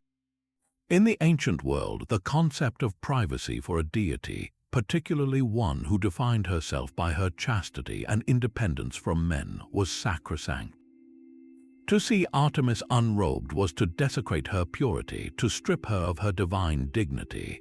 The reaction was instantaneous and terrifying. The nymphs, shrieking, rushed to surround their mistress, but it was too late. Artemis's wrath was not the slow, calculated anger of Zeus. It was a swift, visceral explosion of shame and fury. Denied her bow and arrows, which lay on the bank with her clothes, she did not need them. She had a more poetic and cruel punishment in mind. She reached down, cupped water from the spring in her hands, and flung it into the young hunter's face. As the droplet struck him, she uttered a curse that would unravel his very identity. "Now go," she hissed, "and tell what you have seen, if you can speak at all." The transformation began immediately. Actaeon felt a strange dizziness as his body contorted. Antlers burst from his forehead, his neck elongated. His skin prickled as it was covered in a spotted hide, and his hands and feet hardened into sharp hooves. He tried to cry out in protest, but only a guttural stag's bellow emerged from his throat. The skilled hunter, the master of the chase, had become the very quarry he had pursued his entire life. This was the genius and the horror of Artemis's retribution. It was a punishment that perfectly mirrored his life. He had spent his days understanding the fear and panic of the deer he hunted. Now he would experience it firsthand. His human mind, with all its knowledge and fear, was trapped inside the body of a beast, a prison crafted from his own profession. The tragedy reached its gruesome climax moments later. As the new stag stumbled through the forest, confused and terrified, he heard a sound that had always brought him comfort and excitement: the baying of his own prize hunting hounds. The pack, led by loyal and fierce dogs whose names are recorded in the myths like Melampus and Pamphagus, caught the scent of the stag and surged toward him, their instincts ignited. Actaeon tried to run, but his new body was unfamiliar and clumsy. He tried to call them off, to shout his own name, but only animal sounds came out. The hounds, bred for their keen sense of smell and killer instinct, showed no recognition. They saw only a magnificent stag, a worthy prize for their missing master. They closed in, a wave of snapping jaws and tearing teeth. The myth describes in harrowing detail how his own companions, the animals he had raised and trained, set upon him, bringing him down and tearing his flesh apart. His death was not quick. It was a prolonged, agonizing dismemberment by the creatures he loved most. The fate of Actaeon raises profound and troubling questions about the nature of justice in the divine realm. His transgression was entirely unintentional. He had no desire to spy on the goddess. Unlike Tantalus or Sisyphus, he was not guilty of hubris or active defiance. His crime was simply being in the wrong place at the wrong time. This is what makes his story so haunting. It suggests that the gods operate by a code where the act itself, regardless of intent, is what matters. The pollution of seeing something forbidden required purification, and the purification was his obliteration. For a medieval audience, this myth served as a powerful allegory for the danger of stumbling into sin, of accidental transgressions that could damn a soul. It underscored the idea that the divine was not merely powerful but also terrifyingly sensitive, and that the boundaries between the human and the sacred were lethally enforced. Actaeon's story is a permanent warning about the peril of encountering a power that does not care for excuses, only for the inviolability of its own mysteries. But if the fate of Actaeon reveals the danger of accidental trespass, the next myth presents a story of deliberate, calculated sacrilege, a crime born not from a wrong turn in the woods, but from a deep-seated arrogance that sought to conquer nature itself. This is the chilling tale of King Erysichthon of Thessaly, a man whose name translates fittingly to Earth Terror. and whose punishment would become a terrifying allegory for consumption that turns inward, devouring the sinner from the inside out. His story is not one of a momentary lapse, but of a sustained assault on the sacred, an act of such profound hubris that it demanded a retribution as unique and horrifying as the crime. Erysichthon's offense was not against a single goddess in her bath, but against the very source of life.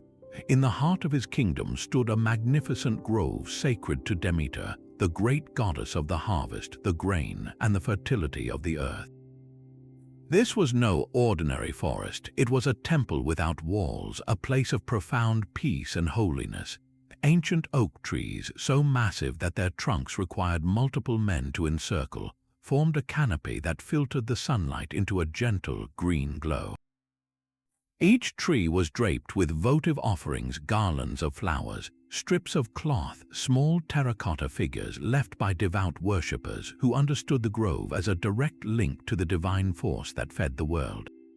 At the center stood the mightiest oak of all, a tree so ancient it was believed to be inhabited by a dryad, a tree nymph who danced in its branches and sang with the rustling leaves. To harm this grove was to declare war on the natural order Demeter presided over. Erysichthon, however, saw not a sanctuary but an obstacle. Driven by an insatiable greed and a towering ego, he decided the sacred land would be the perfect site for a new, grand banquet hall where he could host feasts to display his wealth and power. The grove, in his view, was merely timber waiting to be harvested.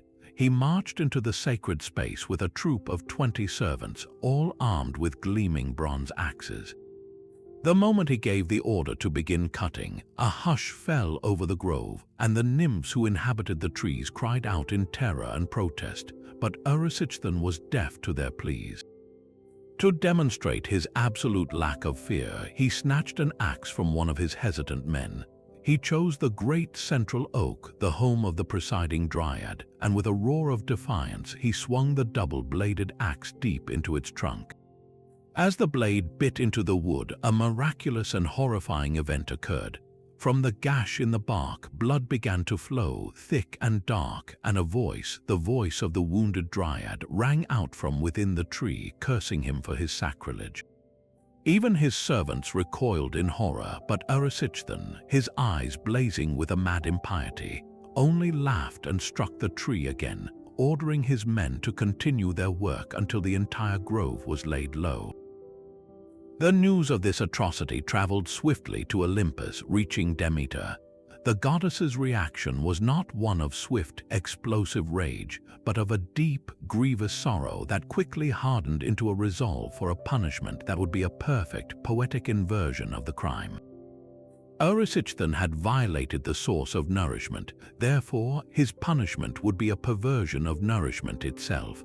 Demeter did not send a monster or call down a storm. Instead, she summoned a far more subtle and terrible agent of revenge. She called upon Limos, the primordial goddess or daemon of hunger and famine.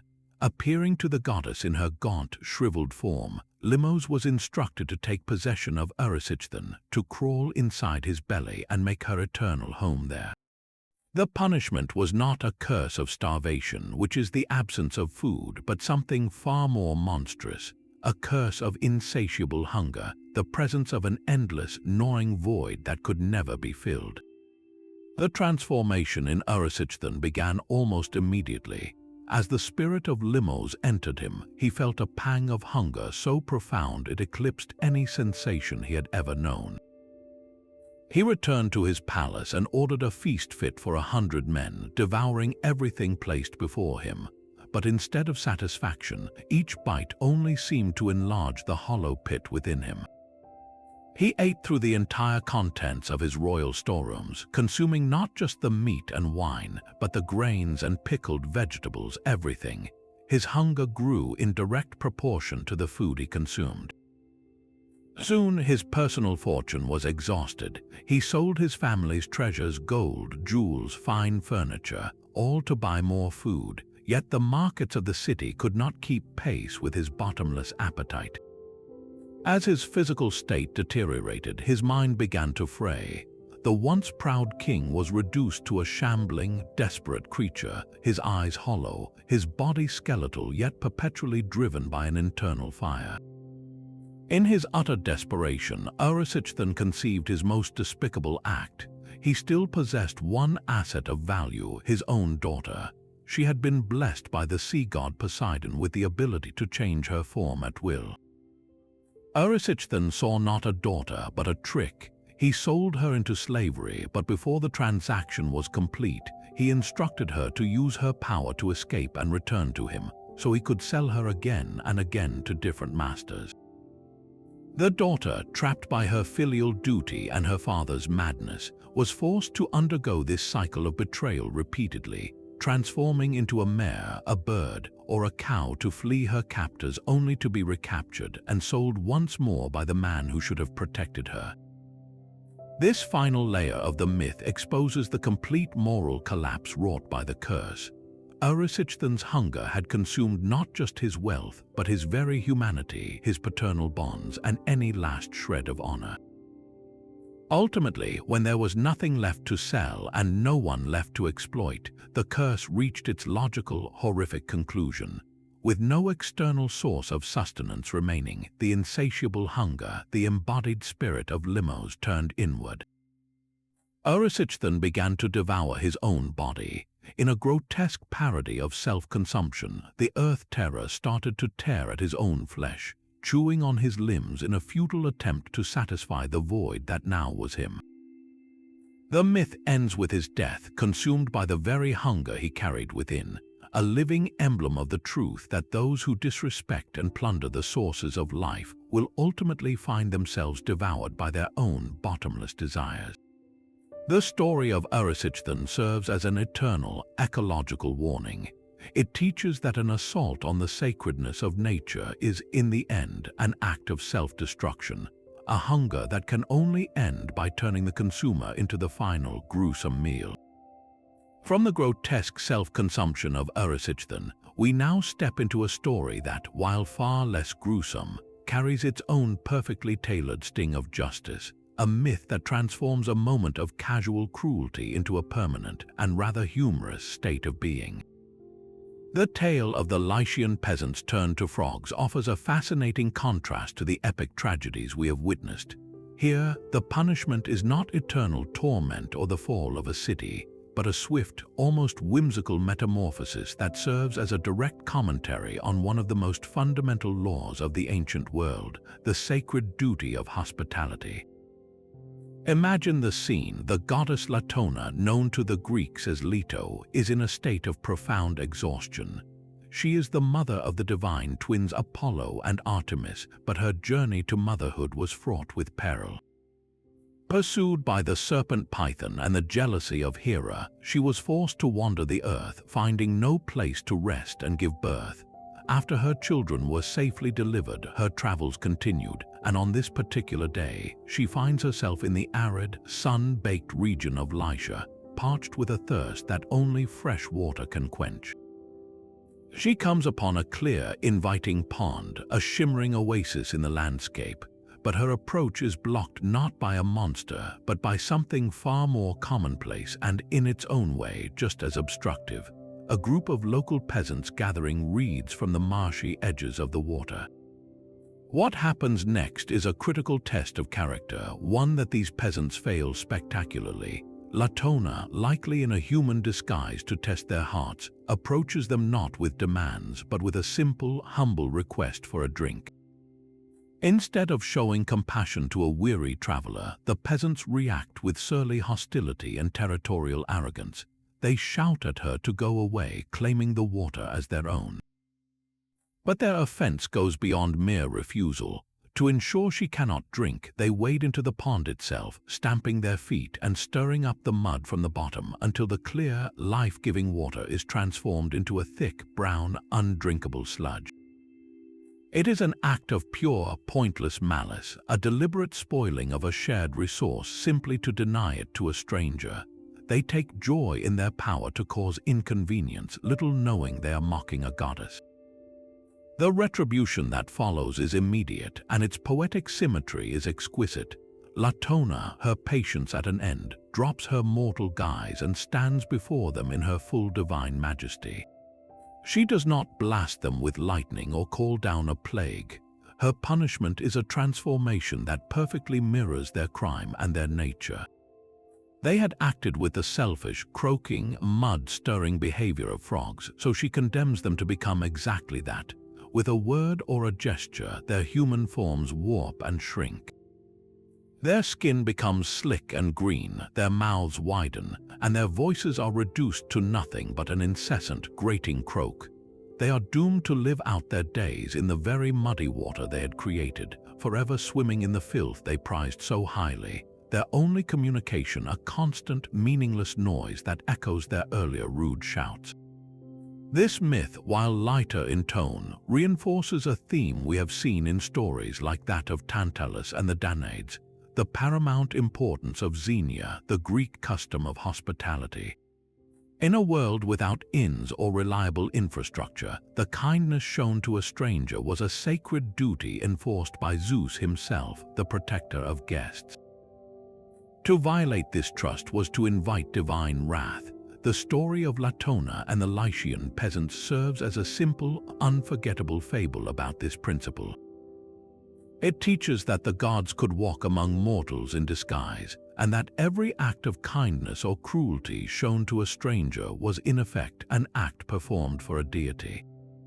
Their transformation into frogs is not about eternal suffering, but about being fixed in a state that reflects their inner character.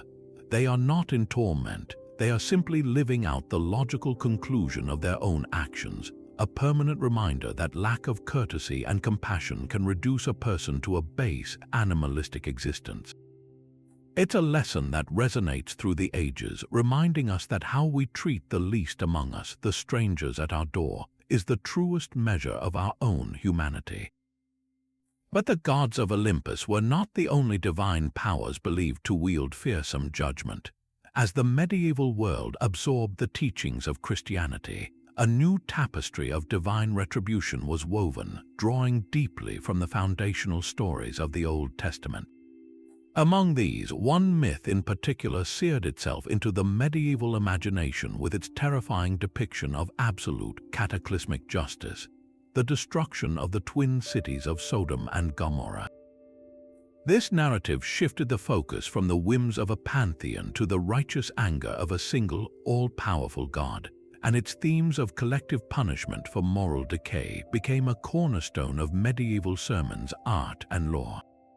The story, found in the book of Genesis, presents Sodom and Gomorrah not merely as cities that made mistakes, but as places that had become utterly saturated with iniquity. They are synonymous with wickedness, their very names evolving into bywords for sin and depravity. The text describes their offenses as being exceptionally grievous and their sin as very heavy, suggesting a society that had systematically abandoned any pretense of moral order. While later interpretation heavily emphasized sexual sin, the core biblical criticism was broader, centering on a profound failure of hospitality and a culture of violent arrogance. The people of these cities were depicted as selfish, cruel, and hostile to outsiders, representing a community that had collectively turned its back on the fundamental laws of decency and compassion.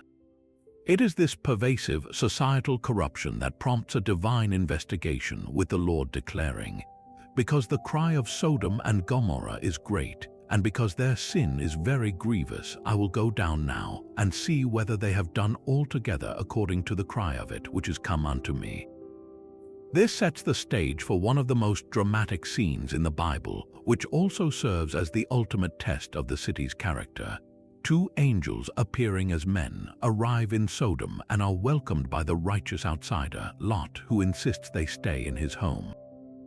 The depth of the city's depravity is revealed when a mob of men, young and old from every quarter of the city, surrounds Lot's house and demands he hand over his guests so they can know them, a term implying sexual violence.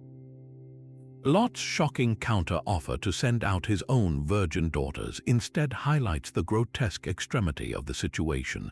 a moment meant to illustrate that even the one righteous man in the city has been morally compromised by his environment. The mob's response is pure aggression, confirming that there is no hope for redemption.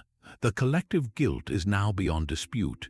It is here that the powerful concept of the righteous remnant comes into play. Abraham, Lot's uncle, had earlier bargained with God, pleading for the cities to be spared if even 10 just men could be found within them.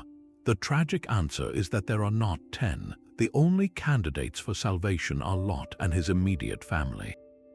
This underscores a terrifying theological principle. When a society becomes terminally corrupt, even the presence of a few good people may not be enough to avert its doom. Divine mercy has its limits when confronted with wholesale evil. The angels therefore instruct Lot to gather his wife and 2 daughters and flee immediately to the nearby city of Zor with one absolute, non-negotiable command: escape for thy life, look not behind thee, neither stay thou in all the plain, escape to the mountain, lest thou be consumed. Their salvation is conditional upon their complete and unwavering obedience. The actual destruction is described with awe-inspiring apocalyptic force. As the family flees, the Lord rained upon Sodom and upon Gomorrah brimstone and fire from the Lord out of heaven. The image is one of utter devastation. Brimstone or sulfur falling like rain and igniting upon contact with the air would have created an inferno of unimaginable heat, reducing the entire fertile plain to a smoldering wasteland. This is not a natural disaster, it is a targeted supernatural obliteration, a divine scorched earth policy against sin itself. The cities and all their inhabitants are utterly erased from the earth, leaving a desolate landscape as a permanent warning. It is in the midst of this frantic escape that the myth delivers its most iconic and haunting moment of individual retribution. Lot's wife, whose name is not even given in the account, violates the angel's direct command. Driven by a complex mix of emotions, perhaps grief for her home, curiosity about the cataclysm, or simple disbelief, she commits the fatal error of looking back. In that instant, she is transformed into a pillar of salt. This punishment is swift, absolute, and deeply symbolic. Salt is a preservative, but here it fixes her in a permanent state of disobedience, a sterile monument to hesitation and attachment to a sinful past. She becomes a literal pillar of warning, a testament to the danger of nostalgia for a world that God has judged and condemned. Her fate teaches that salvation requires a complete break with corruption. To look back with longing is to risk being spiritually, and in this case physically, frozen in the moment of destruction. For the medieval mind, the story of Sodom and Gomorrah was not an ancient legend but a living, urgent parable. It was cited endlessly by preachers to warn against moral laxity and to explain communal disasters like plagues or military defeats as divine punishments for societal sin. The fate of Lot's wife was a particularly powerful image, used to caution against the sin of accidia or spiritual sloth and a failure to fully commit to a righteous path. The myth reinforced the idea that communities were collectively responsible for their moral health, and that divine wrath was a real and present danger for those who strayed.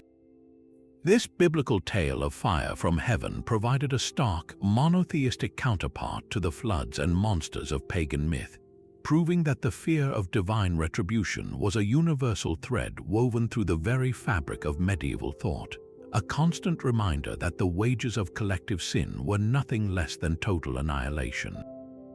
Yet the fire and brimstone that consumed entire cities represents a form of collective divine judgment, a societal reckoning. But what about a punishment tailored for a single individual for the very first crime committed by human hands?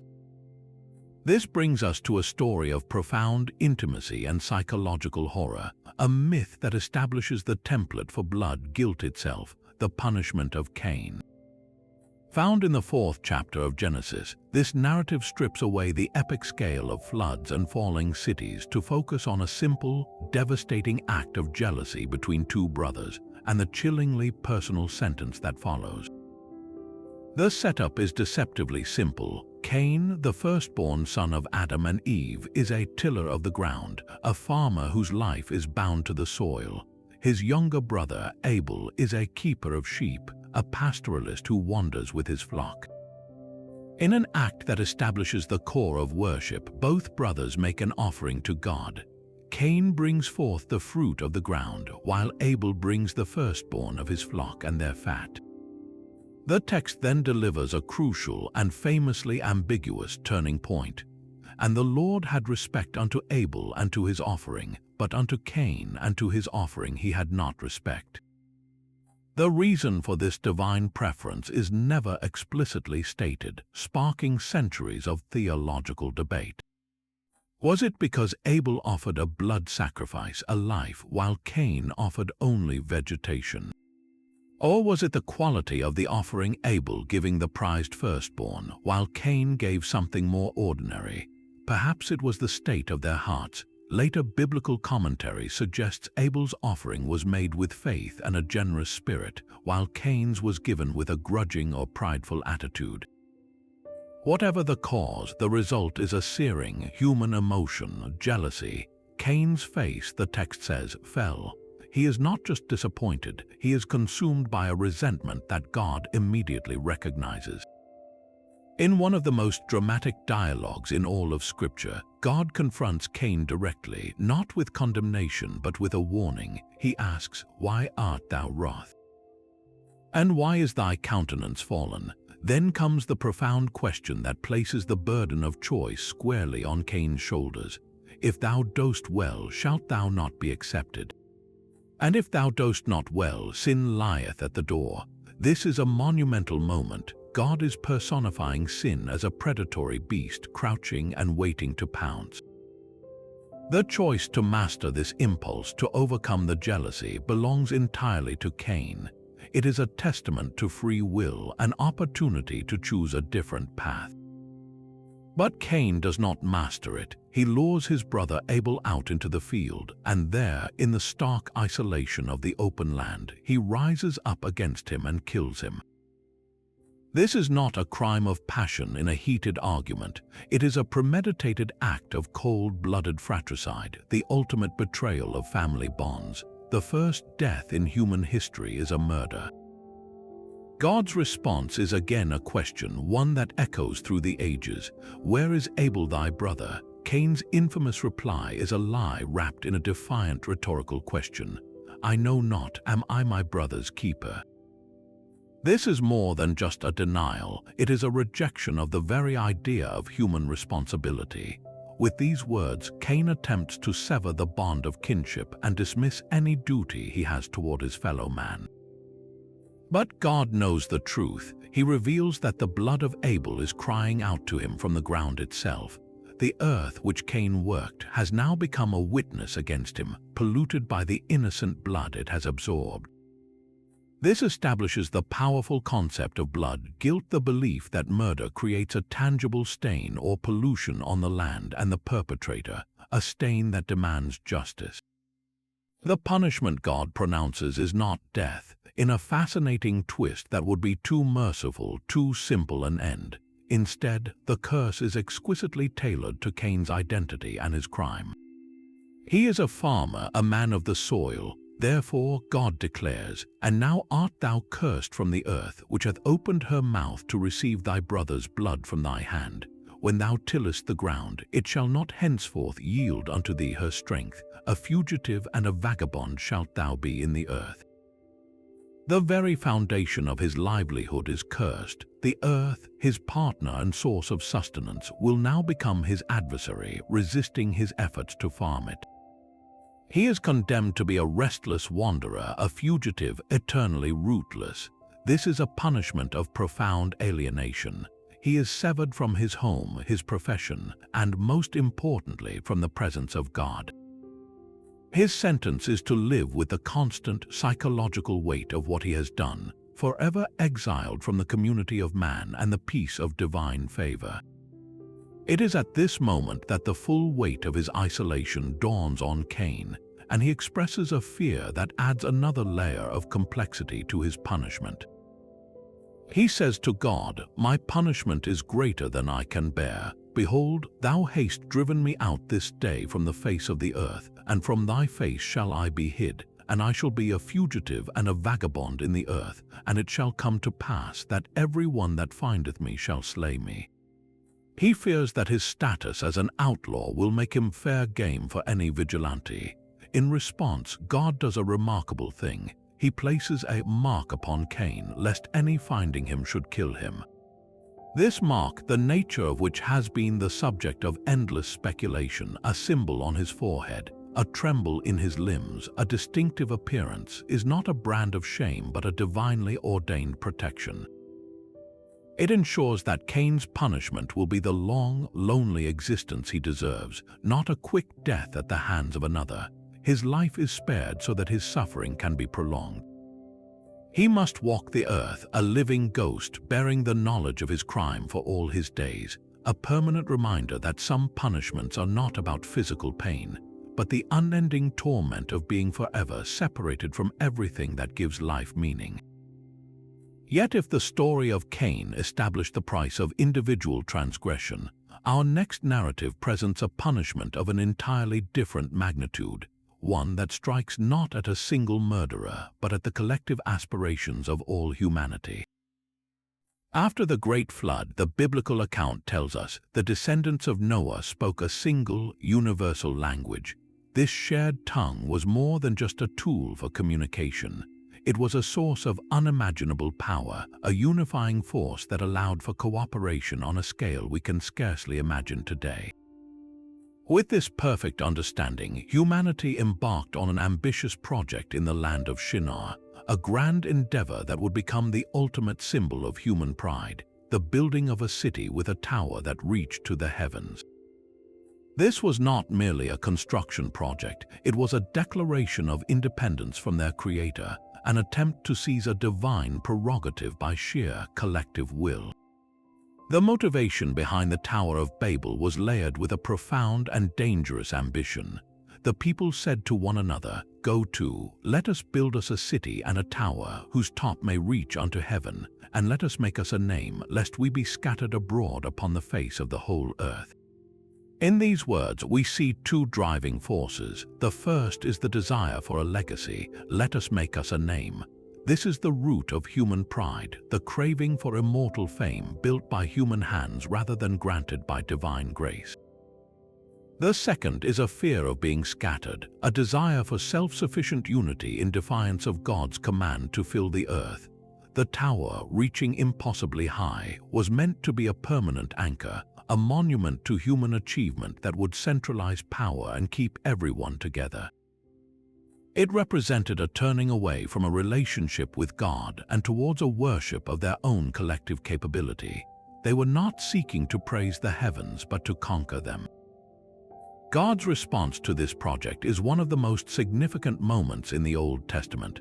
The text says, "The Lord came down to see the city and the tower which the children of men builded."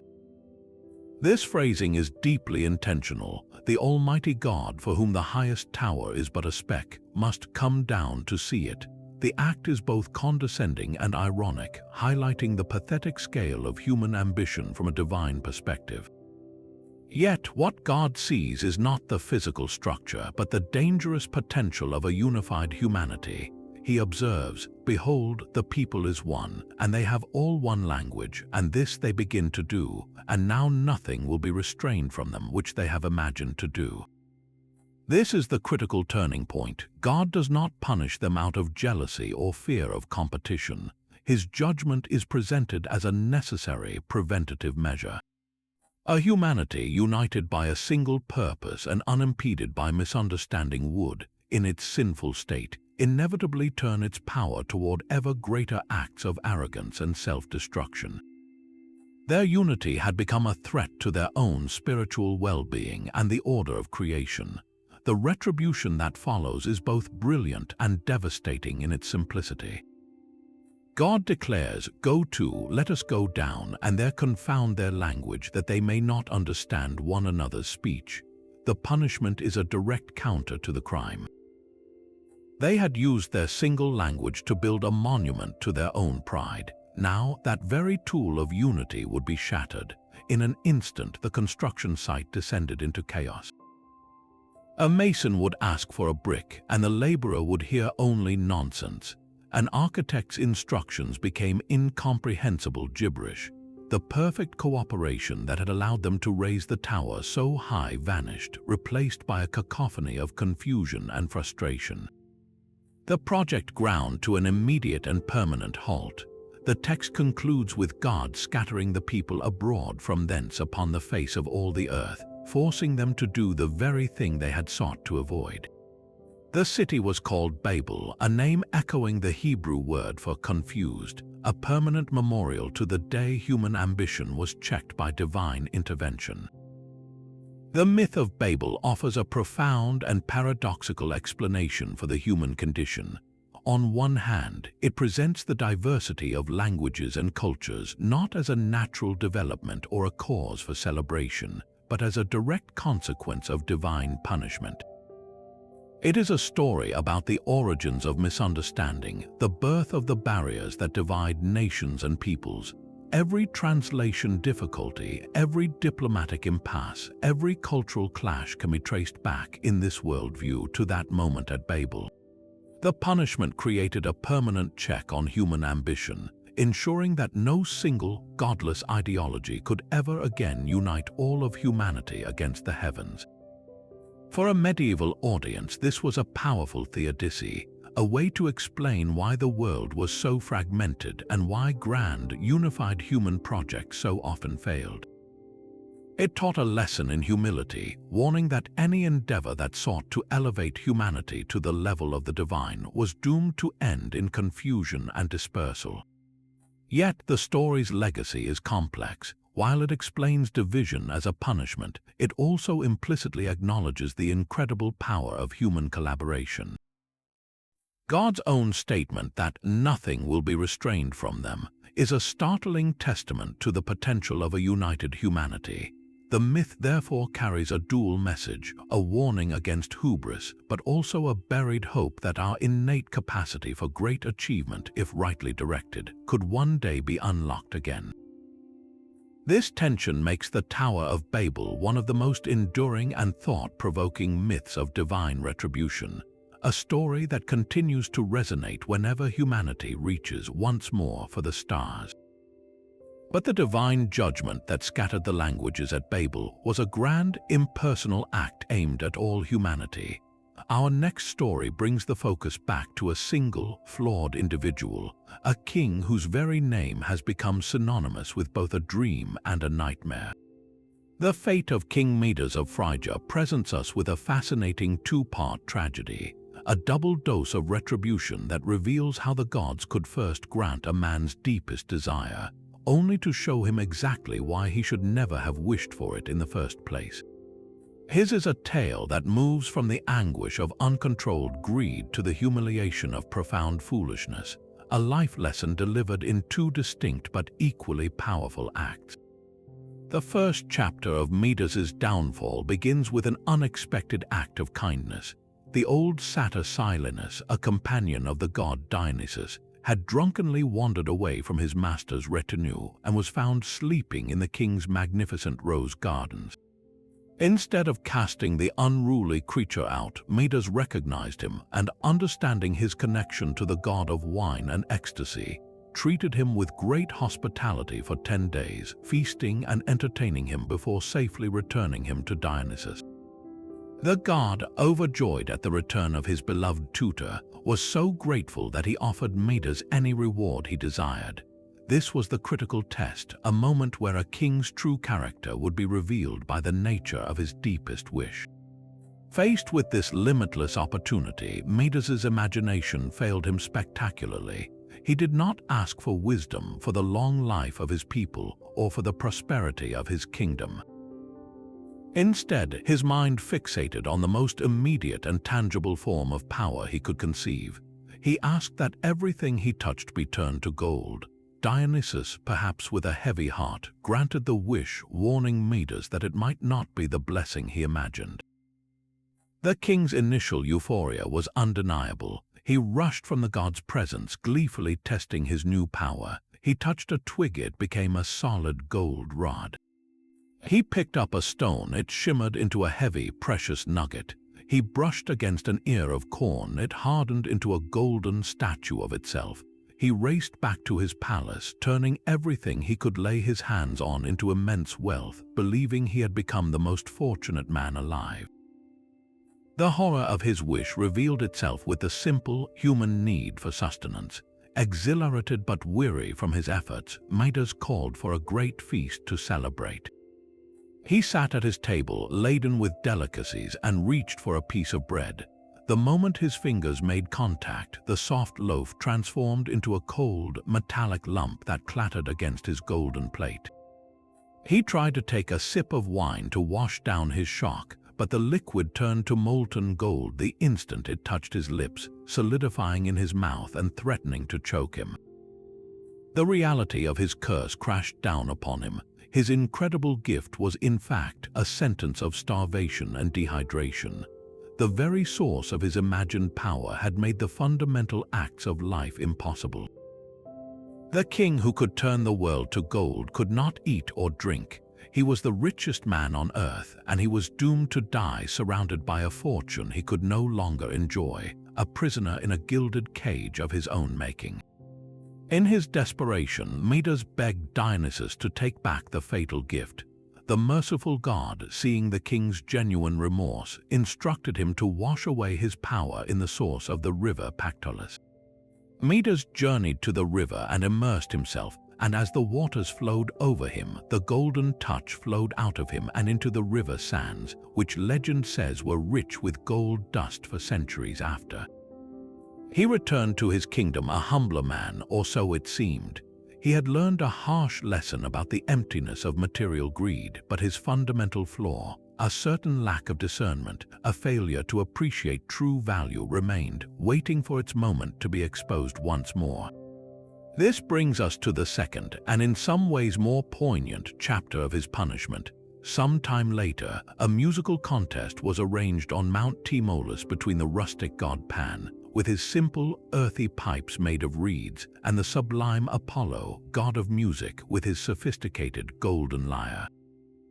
The mountain god Tmolus served as the official judge, and after hearing both performances, rightly declared Apollo the victor, his music representing a celestial harmony far beyond Pan's folk melodies.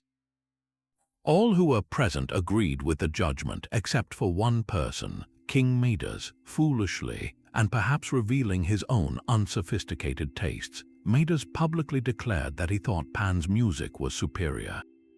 This was not merely a difference of opinion, it was an act of profound hubris. To prefer the simple, primal notes of Pan over the divine artistry of Apollo was to reject harmony, order, and beauty itself.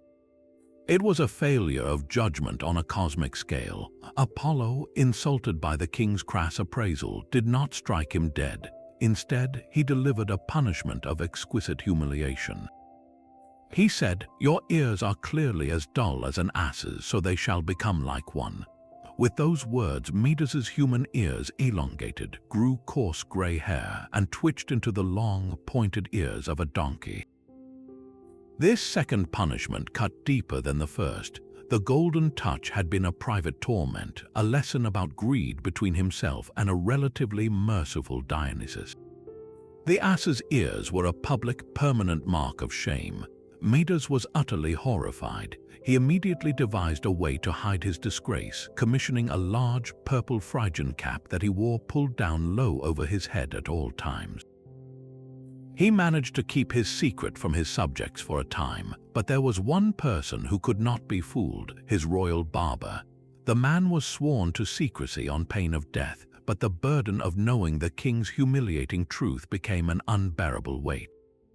The barber, tormented by the need to tell someone but fearing for his life, eventually went out to a deserted field, dug a deep hole, and whispered into the earth, "King Midas has ass's ears." He then filled the hole, believing the secret was buried forever. But the earth, like the truth, has a way of speaking. The very reeds that grew from that spot were imbued with the secret. And from that day forward, whenever the wind blew through them, they did not make a gentle rustling sound. Instead, they whispered a clear, unmistakable message for all who passed by to hear: King Midas has ass's ears. His shame, once a private burden, was now broadcast by nature itself, an eternal reminder that true wisdom involves not just avoiding greed, but cultivating the discernment to recognize divine perfection when you hear it. His story stands as a powerful testament to the fact that the gods punish not only our vices but also our failings in judgment, especially when we dare to critique the sublime with the ears of a fool. The haunting melody of Orpheus's lyre, which had once charmed the very stones and pacified the guardians of the underworld, could not save him from a final, brutal crescendo of divine wrath. His story, a saga of unparalleled love and catastrophic loss, culminates in a death that is as symbolic as it is gruesome, a punishment for a grief so profound it turned him away from life itself. After his failure to lead Eurydice back to the world of the living, a failure born from a moment of agonizing doubt, Orpheus was a man utterly broken. He returned to the sunlight a hollow shell, the most gifted musician the world had ever known, now incapable of producing anything but songs of sorrow. He withdrew completely, shunning the company of all women, not out of misogyny, but from an unbearable pain. Every female face was a cruel reminder of the wife he had lost not once but twice.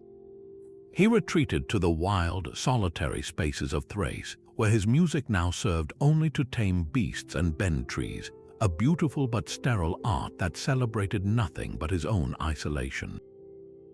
This withdrawal, however, was not a private matter. In the ancient world, grief was a social obligation, and participation in the community, especially in the worship of the gods, was mandatory. By turning his back on women and the relationships they represented, Orpheus was committing a grave offense against Dionysus, the god of ecstasy, fertility, and the life force that binds communities together. Dionysian worship, often led by frenzied female devotees known as Maenads, was the polar opposite of Orpheus's solitude. It was chaotic, communal, and deeply physical, a celebration of the very cycle of life, death, and rebirth that Orpheus had tried to circumvent. His refusal to engage, to instead wallow in a sterile, artistic melancholy, was seen as a direct insult to the god's domain. It was a rejection of the natural order, an attempt to live outside the rhythms of passion and connection that Dionysus embodied. The retribution, when it came, was therefore orchestrated by the god he had spurned. As Orpheus sat playing his lyre one day, a band of Maenads, whipped into a sacred frenzy by Dionysus, came upon him. These were not ordinary women. They were possessed by the god spirit, their minds clouded with a divine madness that transformed them into instruments of his will. At first, they were captivated by his music, but their ecstatic state quickly turned violent. They called for him to join their rites to honor Dionysus, but Orpheus, lost in his grief, ignored them or perhaps even rejected them with contempt. This final snub was the spark that ignited their fury. In their divinely inspired rage, they saw him not as a hero, but as an enemy of the god, a prude who denied the life-affirming power they celebrated. What followed was a scene of horrific, ritualistic violence. The Maenads, armed with their ritual theosy staffs tipped with ivy and pine cones, and any stone or branch they could find, fell upon the defenseless musician. His music, which had once calmed the ferocious Cerberus, was now drowned out by their savage cries. They tore him limb from limb, rending his body apart in a bloody sacrifice to the god he had refused. This dismemberment, known as sparagmos, was a central feature of Dionysian frenzy, a symbolic tearing apart of the individual to release the raw, primal life force within. In destroying Orpheus, the Maenads were, in their twisted, holy logic, forcing him to participate in the very cycle of death and rebirth he had tried to escape. But the myth delivers one final, chilling miracle that underscores the unique nature of his punishment. The Maenads threw his severed head and his lyre into the river Hubris. As the current carried them away, his head continued to sing, its lips murmuring the name Eurydice as it drifted out to sea. The lyre, too, continued to play mournful notes on the waves. This posthumous music is the key to understanding the myth's deeper message. Orpheus's art was not destroyed, it was merely separated from the man who had corrupted it with his isolation. His voice and his lyre eventually washed ashore on the island of Lesbos, where they were enshrined as holy relics, becoming a source of poetic inspiration for generations. The punishment was not for his art, but for his refusal to use that art in the service of life and community. He was torn apart so that his music could be liberated from his sorrow and returned to the world. His story stands as a stark warning about the dangers of letting grief consume one's connection to the living, and a terrifying example of how the gods would punish those who rejected the chaotic, vital, and often terrifying forces of nature they presided over. But if the fate of Orpheus illustrates the punishment for rejecting the communal rights of life, the next story presents a tragedy born from the opposite impulse, an all-consuming competitive pride in the very act of creation itself. From the solitary grief of the musician, we turn to the very public lament of a mother, a queen whose life was defined by her children, and whose boasting would bring about the most devastating loss imaginable. This is the story of Niobe, a tale where maternal pride becomes a blasphemy so profound it summons a retribution of almost unimaginable cruelty, transforming a woman's greatest joy into the source of her eternal sorrow. Niobe was the queen of Thebes, married to King Amphion, a ruler famed for the magical music that had helped raise the city's walls. She was a woman blessed by the gods in every conceivable way. She was of divine lineage, a descendant of Tantalus. She possessed immense wealth and power, and above all, she was the mother of 14 beautiful children, 7 strong sons and 7 radiant daughters, known collectively as the Niobids. This was her crowning glory, the fact that defined her existence and, in her eyes, elevated her above all other women. Her happiness, however, curdled into a dangerous and foolish arrogance during a public festival. The women of Thebes were gathered to offer laurel wreaths and burning incense to the goddess Latona, whom the Greeks called Leto, the mother of the divine twins Apollo and Artemis. As the smoke of the offerings rose, Niobe arrived, clad in robes woven with gold, her face a mask of contempt for the devotion around her. She interrupted the sacred rites, commanding the women to stop their worship.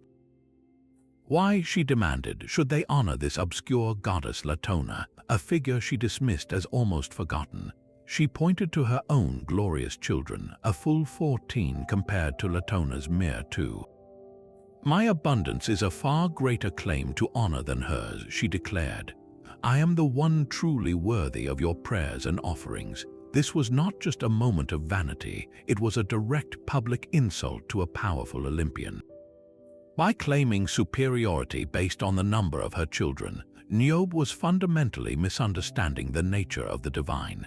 She was comparing her mortal, biological fertility to the cosmic significance of Latona, who had borne 2 of the most formidable deities in the pantheon. She reduced divine motherhood to a simple numbers game, a catastrophic failure of reverence. The news of this blasphemy traveled quickly to Olympus, reaching the ears of Latona's children. The goddess herself, though wounded, did not seek vengeance directly. Instead, she went to her son and daughter, Apollo and Artemis, and recounted the queen's arrogant words.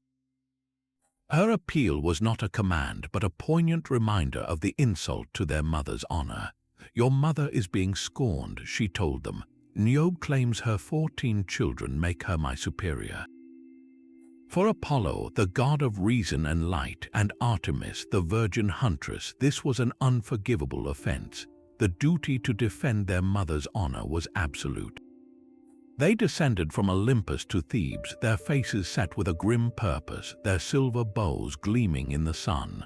The punishment they enacted was as swift as it was horrific. It was a systematic, merciless eradication. Niobe's 7 sons were together, training in the athletic grounds outside the city, practicing chariot racing and wrestling. Apollo, with his unerring aim, shot each one of them down with a single, fatal arrow. Their deaths were swift and simultaneous, a brutal shock to the city. When the news reached the palace, Niobe's grief was instantaneous, but it was tempered with a stubborn pride that would prove to be her final undoing. She rushed to the scene, clutching her 7 daughters, and instead of begging for mercy, she cried out to the heavens in defiance. Even now, with half her children slain, she stood over their bodies and shouted that she was still the winner, for she still had 7 daughters to Latona's 2. This second boast was the final straw. Artemis, the protector of young women, now drew her own bow. From the shadows of the palace courtyard, her arrows found their marks. One by one, Niobe's daughters died in their mother's arms, each death a fresh wave of agony. The legend says that the youngest daughter clung to Niobe, begging for her life, but the plea went unanswered. In a matter of minutes, the queen's 14 children lay dead around her. The scale of the loss was so absolute, so complete, that it transcended human comprehension. Niobe's husband, King Amphion, upon seeing the slaughter, either took his own life in despair or was killed by Apollo for drawing his sword against the god.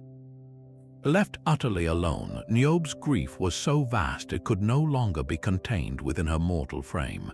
She fled the city, wandering in a daze until she reached the desolate slopes of Mount Sisyphus in her native Lydia.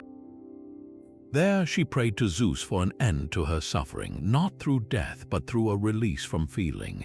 The king of the gods, in a rare act of pity for a victim of his children's wrath, transformed her. But his mercy was ambiguous. He did not grant her oblivion, he turned her into a stone. Yet this was no ordinary rock. It was a stone that wept. A spring of water was said to have broken forth from the cliff face, and the rock formation, shaped vaguely like a crouching woman, was perpetually damp with trickling water. Even as stone, Niobe's tears continued to flow, an eternal monument to her grief. The myth of Niobe is one of the starkest warnings against hubris in all of classical literature.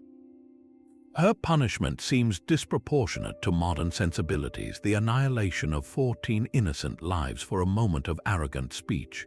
But in the ancient worldview, the lesson was clear. To challenge the gods on any terms was to invite annihilation.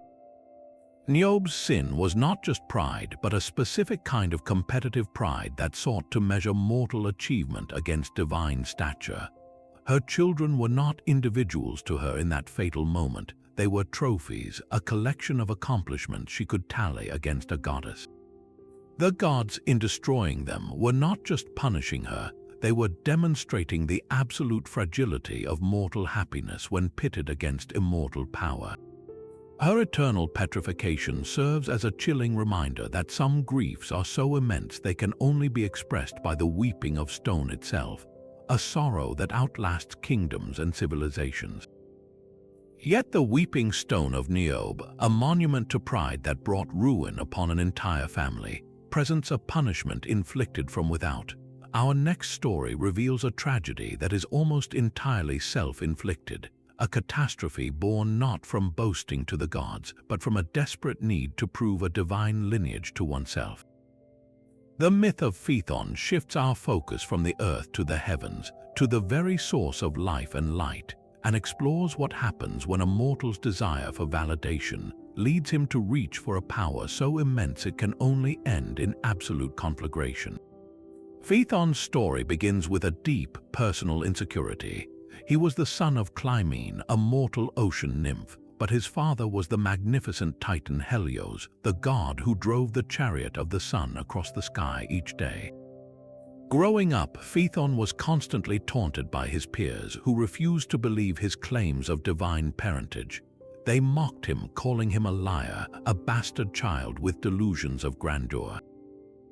This relentless ridicule ate away at his soul, forging a burning need for undeniable proof.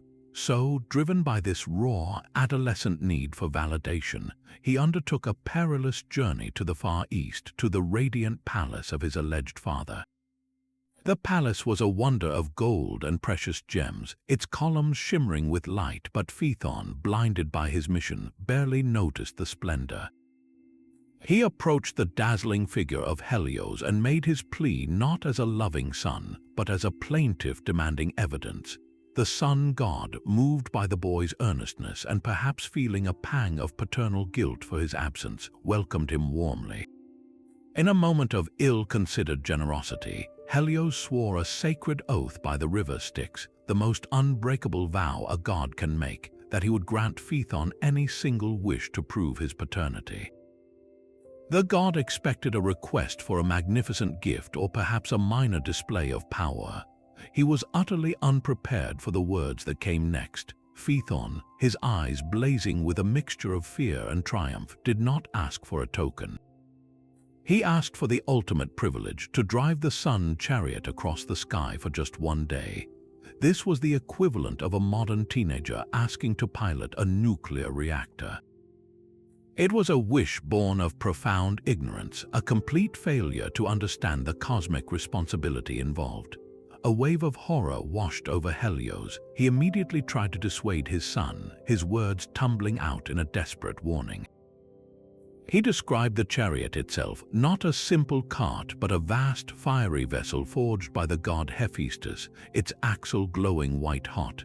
He spoke of the four immortal, fire-breathing horses Pyres, Eos, Ethon, and Phlegon, whose names meant fire, dawn, blaze, and flame. These were not tame steeds, they were elemental forces of nature who strained at their harnesses each morning, eager to run their dangerous course. Helios explained the path, a steep, precarious arc across the vault of heaven, so high that even he, the god, grew dizzy looking down at the tiny seas and lands below. He warned that the middle of the path was the only safe zone. Veering too high would scorch the palaces of the gods, while diving too low would set the world ablaze. "Choose another wish, my son," he begged, "anything but this. It is not a prize, it is a burden that demands strength and skill you do not possess." But the oath was sworn. Bound by his own promise, Helios could only watch in despair as the dawn approached. The following moments were a masterclass in mounting terror. As the gates of dawn opened, the horses were harnessed to the glowing chariot. Phaethon, his confidence evaporating, climbed aboard and took the reins. The instant he did, he felt the raw, untamed power surge through the leather straps. The horses, sensing an unfamiliar, weak hand at the reins, immediately bolted from the path. They soared erratically, first climbing so high that the celestial constellations, the great and little bears, felt the heat and fled in panic. Then, spooked and uncontrolled, they plunged earthward. The result was instantaneous and catastrophic. The sun's intense heat, now brought dangerously close, cracked the earth, dried up great rivers like the Nile and the Danube, and scorched the skin of the Ethiopian people, turning it dark, an ancient explanation for race. The plains of Africa were burned into deserts, and the seas shrank back in terror. Vegetation smoked, cities burned, and entire mountains erupted in flame. It was a planetary-scale disaster unfolding in real time. The earth itself cried out for mercy. The goddess Gaia, the primordial earth, her skin blistering and her forests turned to ash, screamed her agony up to Olympus. She warned Zeus that if this continued, the very fabric of creation would be undone, the sea would boil away, and the world would be returned to primordial chaos. Zeus, the king of the gods, was left with no choice. To save the universe from total annihilation, he was forced to act. He raised his mighty hand and hurled a single, perfectly aimed thunderbolt. It struck Phaethon, blasting him from the chariot. The boy, consumed by celestial fire, fell like a shooting star into the river Eridanus far below. His sisters, the Heliades, mourned him so profoundly that they were transformed into poplar trees, their tears hardening into amber droplets that still weep into the river today. Phaethon's story is the ultimate cautionary tale about the dangers of overreaching. His punishment was not merely Zeus's thunderbolt, it was the direct and inevitable consequence of his own actions. He was not struck down for hubris in the traditional sense, but for a catastrophic failure of competence. The myth serves as a powerful allegory for the responsibilities that come with power and the chaos that ensues when that power is wielded by those unprepared for its weight. It is a warning to every generation about the peril of mistaking privilege for ability, and a somber reminder that some legacies are not meant to be claimed through a single, reckless act, but earned through a lifetime of wisdom and respect for the forces that govern our world. Yet the cosmic fire that consumed Phaethon was a dramatic, world-altering event. Our next story brings divine retribution back to a more intimate, maddening scale, a punishment designed not to annihilate but to torment, to strip away dignity through a relentless, degrading cycle. We venture now to the court of the seer King Phineus, a man whose story is a chilling lesson in the consequences of betraying the trust that comes with sacred knowledge. His was a fate not of thunderbolts or transformation, but of a slow, grinding torture that made the simple, fundamental act of eating a source of perpetual horror. Phineus was once a powerful king in Thrace, blessed with a profound gift of prophecy, a glimpse into the future granted by the gods themselves. But this divine insight came with a heavy responsibility. The knowledge he possessed was not his to wield as he pleased. It was a sacred charge, and its misuse would invite a wrath as precise as it was cruel. The exact nature of his transgression varies in different versions of the myth. Some say he used his prophetic powers to reveal the secrets of the gods to mortals, divulging Zeus's grand plan for the world. Others claim he was punished for choosing a long life over his sight, blinding his own sons after being falsely accused by their stepmother.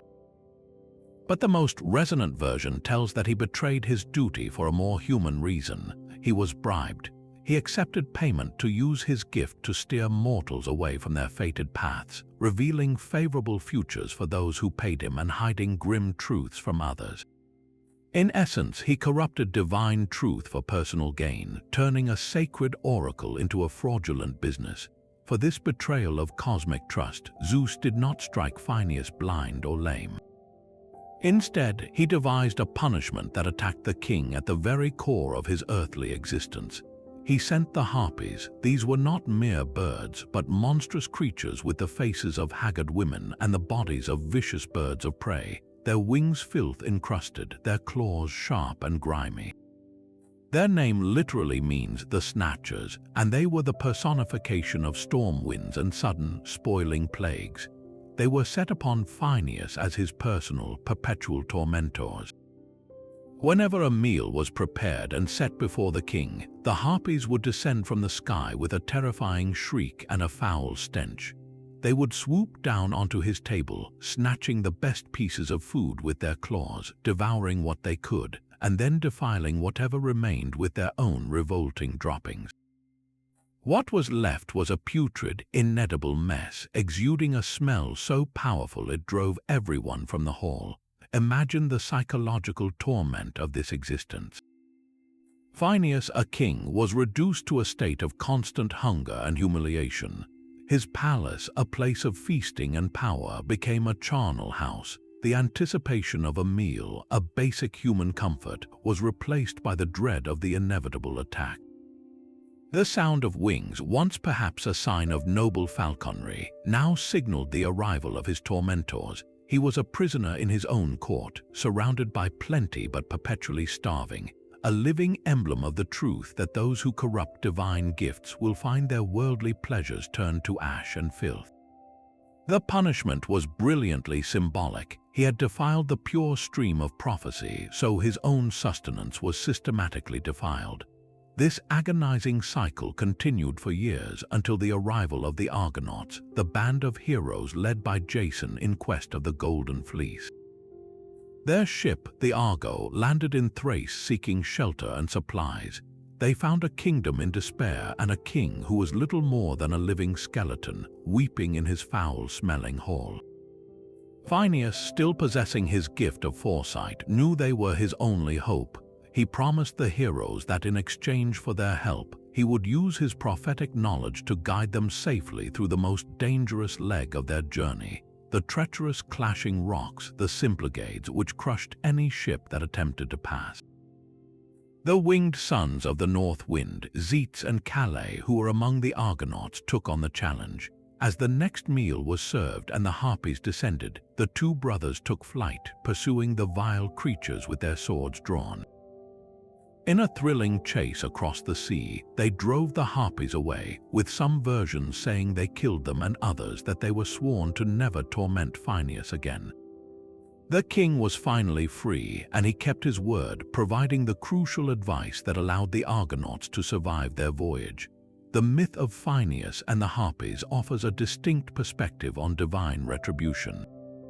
Unlike the instant, catastrophic punishments we have seen, his was a prolonged psychological ordeal.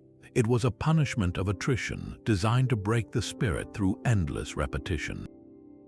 It underscores a vital principle that gifts from the gods, especially the gift of knowledge, are not entitlements but responsibilities.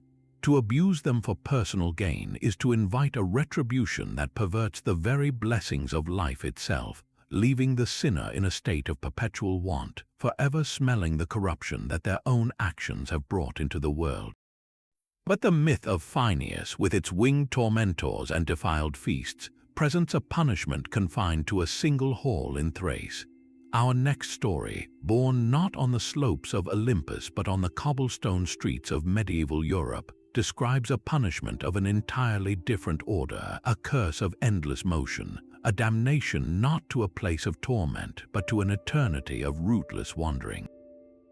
This is the legend of the Wandering Jew, a chilling Christian folktale that, while emerging centuries after the classical era, encapsulates the medieval mindset of divine retribution with terrifying clarity, transforming a brief moment of mockery into an archetype of eternal exile. The scene of the offense is one of the most solemn moments in Christian scripture, the Passion of Christ, as Jesus, weakened by scourging and carrying the heavy cross, stumbles on the road to Calvary. He pauses to rest for a moment against the door of a shoemaker's shop. The shoemaker, a Jewish man named Ahasuerus in later versions, reacts not with pity but with harsh impatience. He pushes Jesus away, telling him to move on and not loiter. In some tellings, he adds a taunt, something like, "Walk faster," or "Why do you tarry?" Jesus, in response, fixes the man with a gaze and delivers his curse, words that would echo through the centuries, "I go, but you will walk until I return." With that sentence, the shoemaker is condemned to roam the earth, unable to die until the second coming. This simple encounter, entirely absent from the Bible, first appeared in written form in the 13th century and spread like wildfire across Europe. It tapped into a deep and complex set of medieval anxieties. On one level, it served as a powerful explanation for the Jewish diaspora, the historical scattering of the Jewish people from their homeland.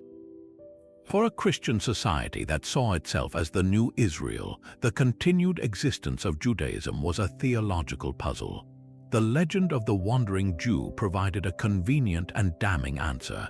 The Jewish people were suffering a collective, divine punishment for their purported role in the crucifixion, personified in this one immortal figure. Ahasuerus became a living symbol of a people condemned to exile, a perpetual outsider whose very existence was proof of Christian truth. The details of the myth were shaped to maximize its grim lesson. The Wandering Jew is not merely a traveler, he is a prisoner of time.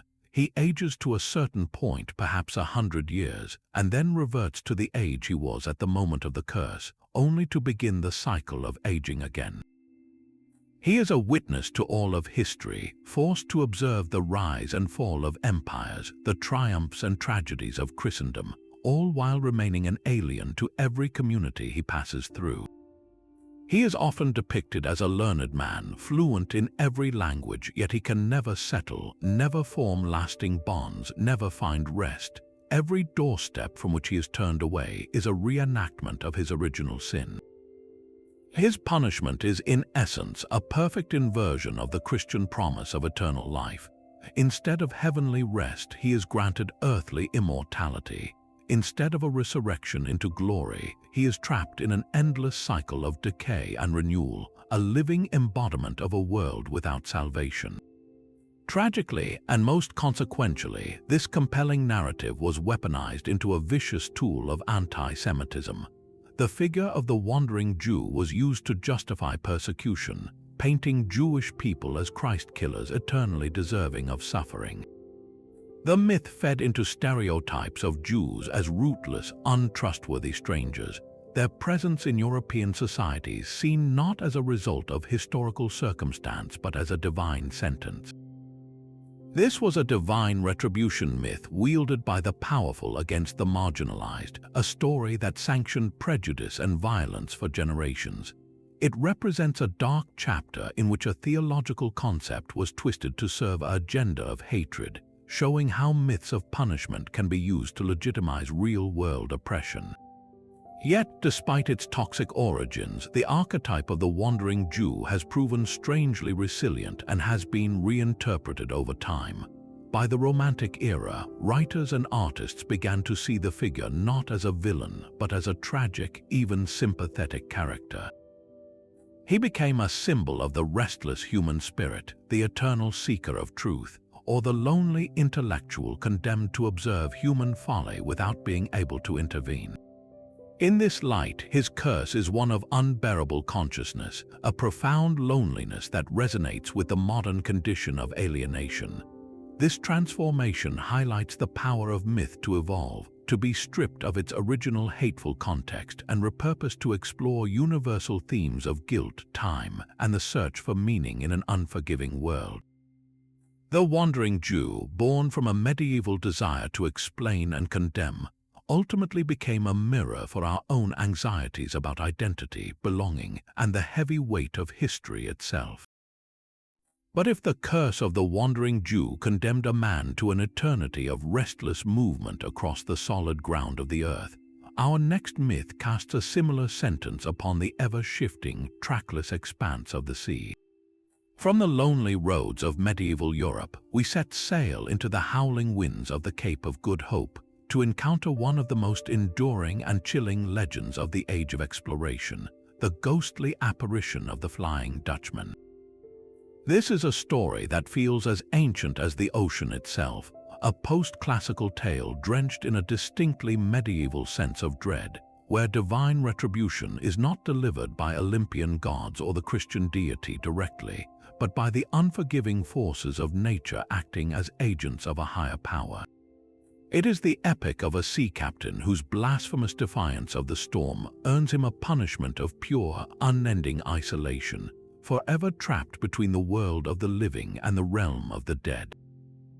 The core of the legend is as stark and simple as a lighthouse beam in a fog. The Dutch captain, Hendrik van der Decken in many versions, was commanding a vessel, the Flying Dutchman, on a long and perilous voyage from Amsterdam to the Dutch East Indies. The journey was a testament to human ambition, a months-long gamble against the elements to secure wealth and spices. The most dangerous point of the entire passage was the Cape of Good Hope, a southern tip of Africa known to sailors not by its hopeful name but as the Cape of Storms. Here, the Atlantic and Indian Oceans clash in a perpetual battle of currents and gales, where waves can tower like mountains and the wind screams with a voice that seems almost intelligent in its fury. It was at this very cape that Van der Decken's ship was caught in the teeth of an impossible tempest. For weeks he fought the storm, his ship tossed like a toy, the sails tearing, the timbers groaning. His crew, driven to the brink of exhaustion and terror, begged him to turn back, to seek shelter, to admit defeat before the sea claimed them all. But Captain Van der Decken was a man forged from a different metal than his frightened sailors. His will was as hard and unyielding as the ship's oak helm. He saw the storm not as a natural force to be respected, but as a personal challenger to be conquered. As the waves crashed over the deck and the wind threatened to rip the masts from their sockets, his frustration curdled into a monstrous, prideful rage. In a moment of ultimate hubris, as his crew fell to their knees in prayer, he screamed his defiance not just at the storm, but at the heavens themselves. He swore a blasphemous oath, vowing that he would round the Cape of Good Hope even if it took him until the very day of judgment. Some tales say he challenged God directly to stop him, while others claim he invoked the devil to aid his passage. The specific words vary, but the sin is always the same. A mortal man, in his arrogance, believed his determination could overcome a divinely ordained natural law. He placed his own will above the power that governs the winds and the waves. The response to this oath was immediate and absolute. The clouds did not part in response to his bravery. Instead, the storm seemed to swallow his words and answer them with a judgment of its own. A terrible calm fell, but it was not the calm of safety. It was the silence of the grave. A spectral haze enveloped the ship, and a voice from the heavens or from the deep, the legends are unclear, pronounced his sentence, "So be it. You shall sail on forever." In that instant, the Flying Dutchman and its crew were transformed. They did not sink to a watery grave. They were condemned to never find one. The captain's wish was granted in the most horrific way imaginable. He would indeed continue his voyage, not for a lifetime, but for all eternity, forever trying to round the Cape, forever on the brink of success, but forever denied the peace of port or the release of death. The punishment of the Flying Dutchman is a masterpiece of psychological torment tailored to a sailor's deepest fears. The sea, for all its dangers, is also a road home. Every voyage has a destination, a haven where the perils of the deep are exchanged for the comforts of land. Vander Decken's curse is the eternal removal of that hope. His ship became a floating coffin, a phantom vessel with sails that glow with a ghastly inner light, forever battling the very storms it can never escape. The crew, trapped alongside their prideful captain, are often depicted as skeletal or ghostly figures, condemned to perform the same endless, meaningless tasks for centuries, their voices raised in a perpetual, mournful chant that echoes across the empty ocean. The captain's isolation is absolute. He is denied not only the company of the living, but also the final companionship of his crew in death. He must stand eternally at the helm, his hands fused to the wheel, his eyes fixed on a horizon he can never reach, a king of a ghostly realm, ruling over a crew of the damned. For sailors of the age of exploration and the centuries that followed, the legend was far more than a spooky campfire story. It was a potent, living superstition that explained very real phenomena. Sightings of the Dutchman were reported by seasoned, credible mariners, often preceding disaster. To see the ghost ship looming through the mist was considered the worst of omens, a harbinger of shipwreck, plague, or a violent storm. These sightings were likely vivid misinterpretations of optical illusions like Fata Morgana, where atmospheric conditions can distort and magnify distant ships, making them appear to float eerily above the water. But for a superstitious crew already living in constant fear of the ocean's power, the explanation was simple. They had witnessed a damned soul, a permanent reminder of the fate that awaits those who defy God and nature. The enduring power of the Flying Dutchman myth lies in its profound resonance with the human condition. It is a stark allegory for the curse of unchecked ambition, the terrible price of a pride that refuses to yield. Vander Decken is a cousin to Sisyphus, forever pushing his boulder, and to the wandering Jew, forever walking the earth. But his prison is the vast, lonely sea, a metaphor for the existential isolation that comes from believing oneself to be above the fundamental laws of existence.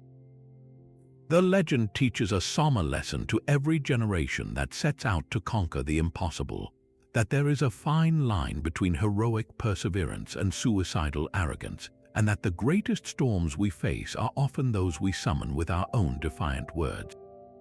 If the solitary, eternal punishments we have witnessed so far seem contained, the next myth shatters that notion, revealing how a single act of blasphemy can ripple outward like a poison through time, infecting an entire bloodline with a madness for revenge. This is the curse of the House of Atreus, a saga so dark and intricate it stands as the definitive example of inherited divine retribution, a cycle where violence begets violence with the grim inevitability of a tragic play. To understand this epic, we must return to a figure we met at the very beginning of our journey, Tantalus, the king who served his own son as a feast for the gods. His unspeakable crime did not end with his personal torment in Tartarus. It created a spiritual stain, a miasma of blood guilt that would cling to his descendants for generations, twisting their fates toward murder and betrayal. The curse began to manifest with Tantalus's grandson, Pelops, the very son who was killed and served at the infamous banquet. Miraculously restored to life by the gods, Pelops seemed to escape his father's shadow, becoming a powerful king and giving his name to the Peloponnese. But the family poison was merely dormant. Pelops's own two sons, Atreus and Thyestes, were destined to become the next architects of the curse. Their rivalry was ferocious, a toxic blend of political ambition and personal hatred. The trigger was the kingship of Mycenae. Atreus had vowed to sacrifice his finest lamb to the goddess Artemis, but when a golden fleeced lamb appeared in his flock, a symbol of divine right to rule, his greed overpowered his piety. He hid the lamb and broke his vow, offering a lesser sacrifice instead. His wife, Erope, who was secretly having an affair with Thyestes, stole the golden lamb and gave it to her lover. Thyestes then boldly suggested that the man who possessed the golden lamb should be king, and when he produced it, he seized the throne from his brother. This act of theft and adultery was the spark, but Atreus's retaliation would plunge the family into a new depth of horror. After regaining the throne through further intrigue, Atreus pretended to seek reconciliation. He invited Thyestes back to Mycenae for a feast, proclaiming a truce. Thyestes, believing the curse was lifting, accepted. The banquet was lavish, a symbol of renewed brotherhood. But as Thyestes finished his meal, satisfied and content, Atreus revealed the true nature of the main course. He produced the heads, hands, and feet of Thyestes' own sons from a platter, showing his brother that he had just devoured his own children. This feast of Thyestes is one of the most chilling acts of vengeance in all literature, a direct, grotesque echo of Tantalus's crime. Atreus had not merely murdered his nephews, he had forced their father to become an unwitting cannibal, perverting the sacred bond of family and hospitality in a way that surpassed even their grandfather's sin. The curse was not just continuing, it was escalating. A horrified Thyestes, after vomiting up the flesh of his sons, fled into exile, pronouncing a further curse upon Atreus and his entire line. The poison was now multi-generational, a venomous inheritance passed from father to son. This curse found its most famous victims in the next generation, Agamemnon and Menelaus, the sons of Atreus.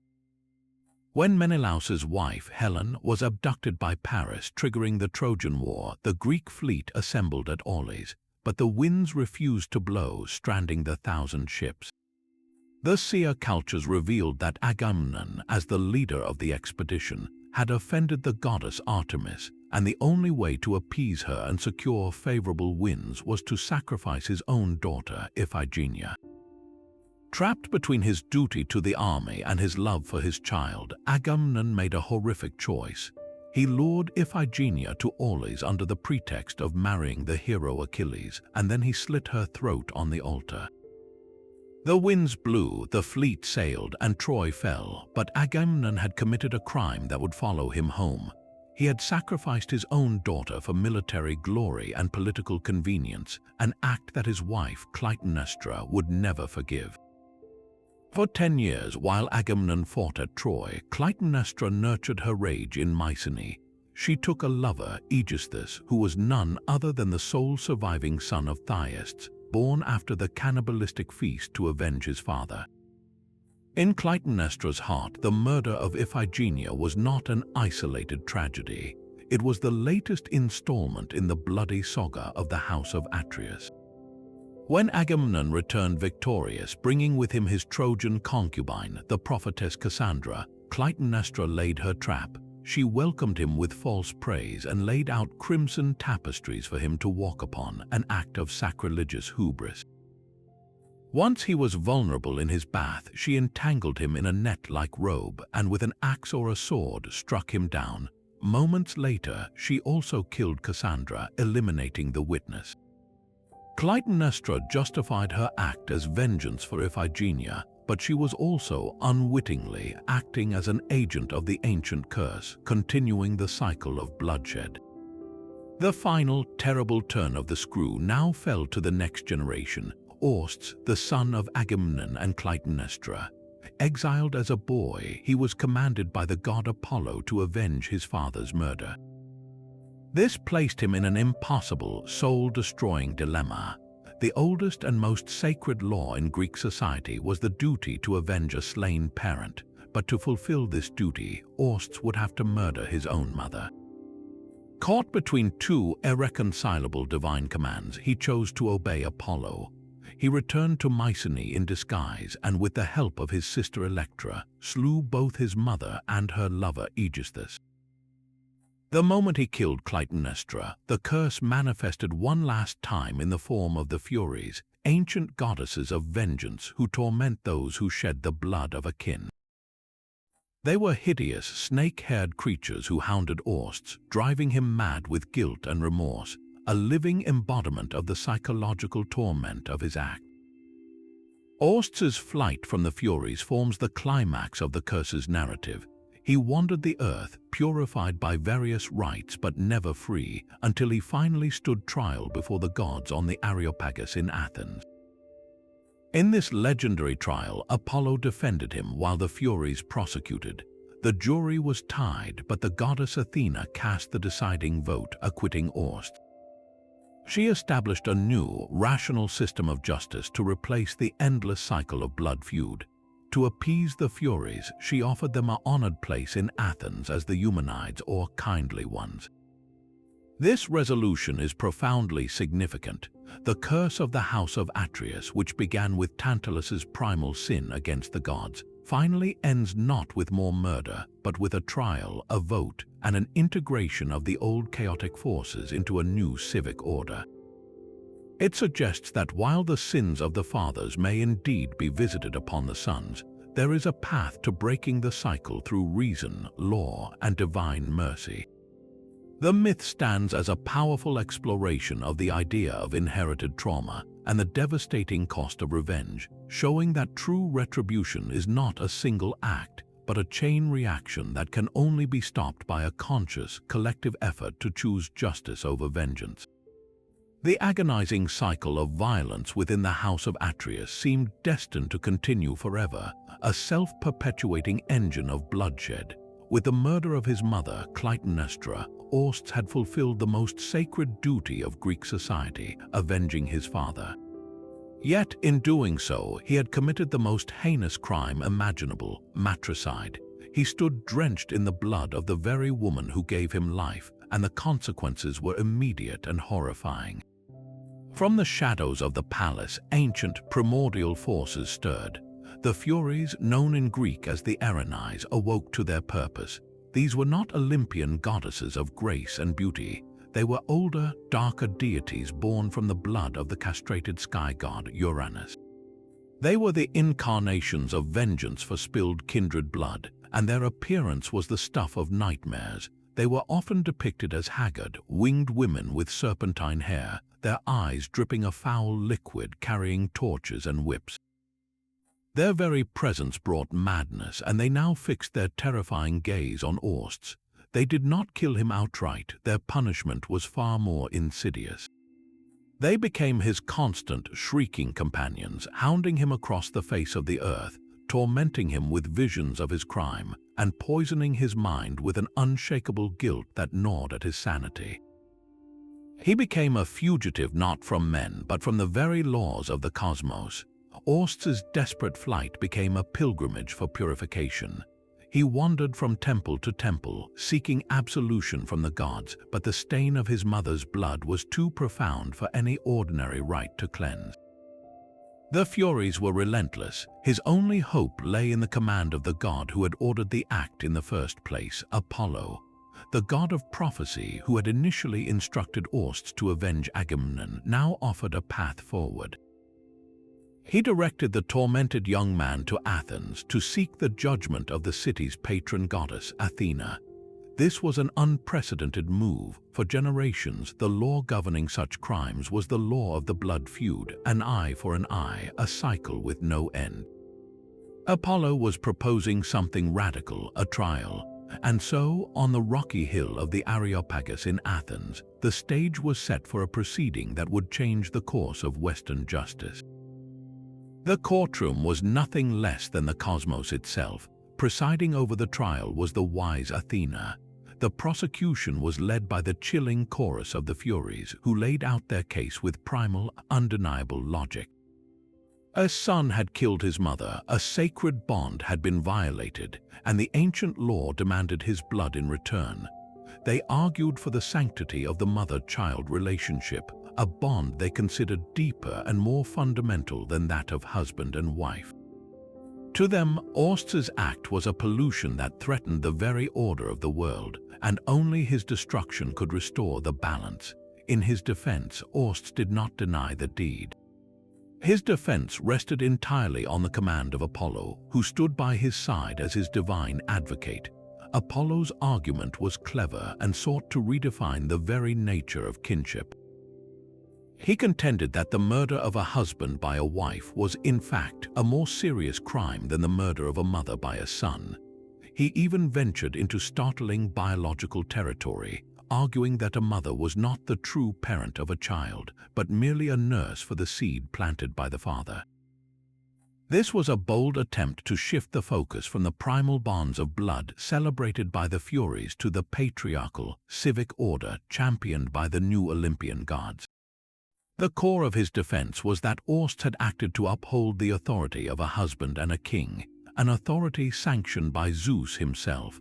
The jury, composed of 12 Athenian citizens, heard the arguments and cast their votes. The result was a tie, 6 votes for condemnation, 6 for acquittal. This deadlock placed the ultimate decision into the hands of the presiding judge, Athena.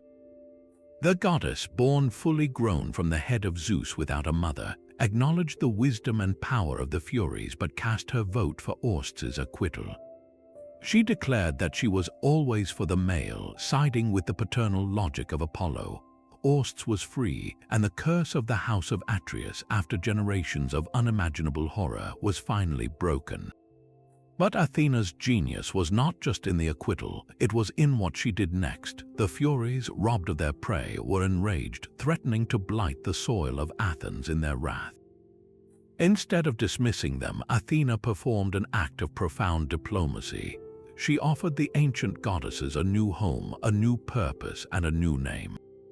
She invited them to reside in a sacred cave beneath the Areopagus, where they would be honored forever as the Eumenides, the kindly ones. No longer would they be dreaded spirits of vengeance. They would be transformed into guardians of the city, protectors of its fertility and social order.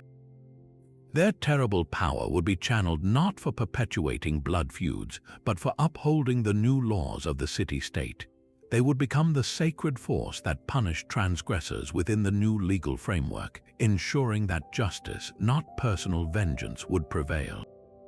This resolution is one of the most significant moments in all of mythology. It represents a monumental shift in human consciousness, a transition from an archaic world governed by tribal vengeance to a civilized society founded on the rule of law. The trial of Orst marks the symbolic birth of the jury system, where disputes are settled through reasoned argument and collective judgment rather than violence. The curse, which began with Tantalus's grotesque betrayal of the most basic laws of hospitality and family, is ultimately resolved not by more bloodshed, but by wisdom, mercy, and the establishment of a new civic order. It is a powerful, hopeful message that even the most deep-seated cycles of violence can be broken, and that out of the darkest family tragedies, the foundations for a more just world can be laid. But the intricate legal resolution that finally broke the curse of the House of Atreus presents a world where divine justice, however severe, operates within a framework that can be appealed and even reformed. Our next story plunges us back into a far more primal and terrifying reality, a time when the gods' judgment was swift, absolute, and brutally symbolic. We travel now to the rugged, wild mountains of Arcadia, to the court of King Lycaon, for a myth that stands as one of the most chilling examples of retribution in all of classical literature, a tale that not only punishes a horrific crime but also seeks to explain the very origins of a legendary monster. Lycaon was no ordinary king. As the ruler of Arcadia, a region known for its ancient, untamed wilderness, he was a figure of immense power and pride, presiding over a people who saw themselves as closer to nature than the polished civilizations of the coast. According to some versions of the myth, he was also a man of profound impiety, whose 50 sons were known for their violent and arrogant ways. The stage for his downfall was set when Zeus, the king of the gods, decided to walk the earth in mortal disguise to investigate rumors of humanity's growing wickedness. He arrived at Lycaon's palace as a weary, humble traveler seeking hospitality. This was the ultimate test of Xenia, the sacred law of guest friendship, and Lycaon failed it catastrophically. Suspicious of the stranger's true identity, or perhaps simply embodying a deep-seated cruelty, Lycaon devised a test of his own, a test of such blasphemous horror it is almost unimaginable. To determine if his guest was truly all-knowing and divine, he decided to serve him a meal that contained the flesh of a murdered child, sometimes said to be Lycaon's own son, Nyctimus, or a young hostage. This act was a compound crime of staggering proportions. It was murder, the killing of an innocent. It was a gross violation of hospitality, poisoning the very bond that held ancient society together.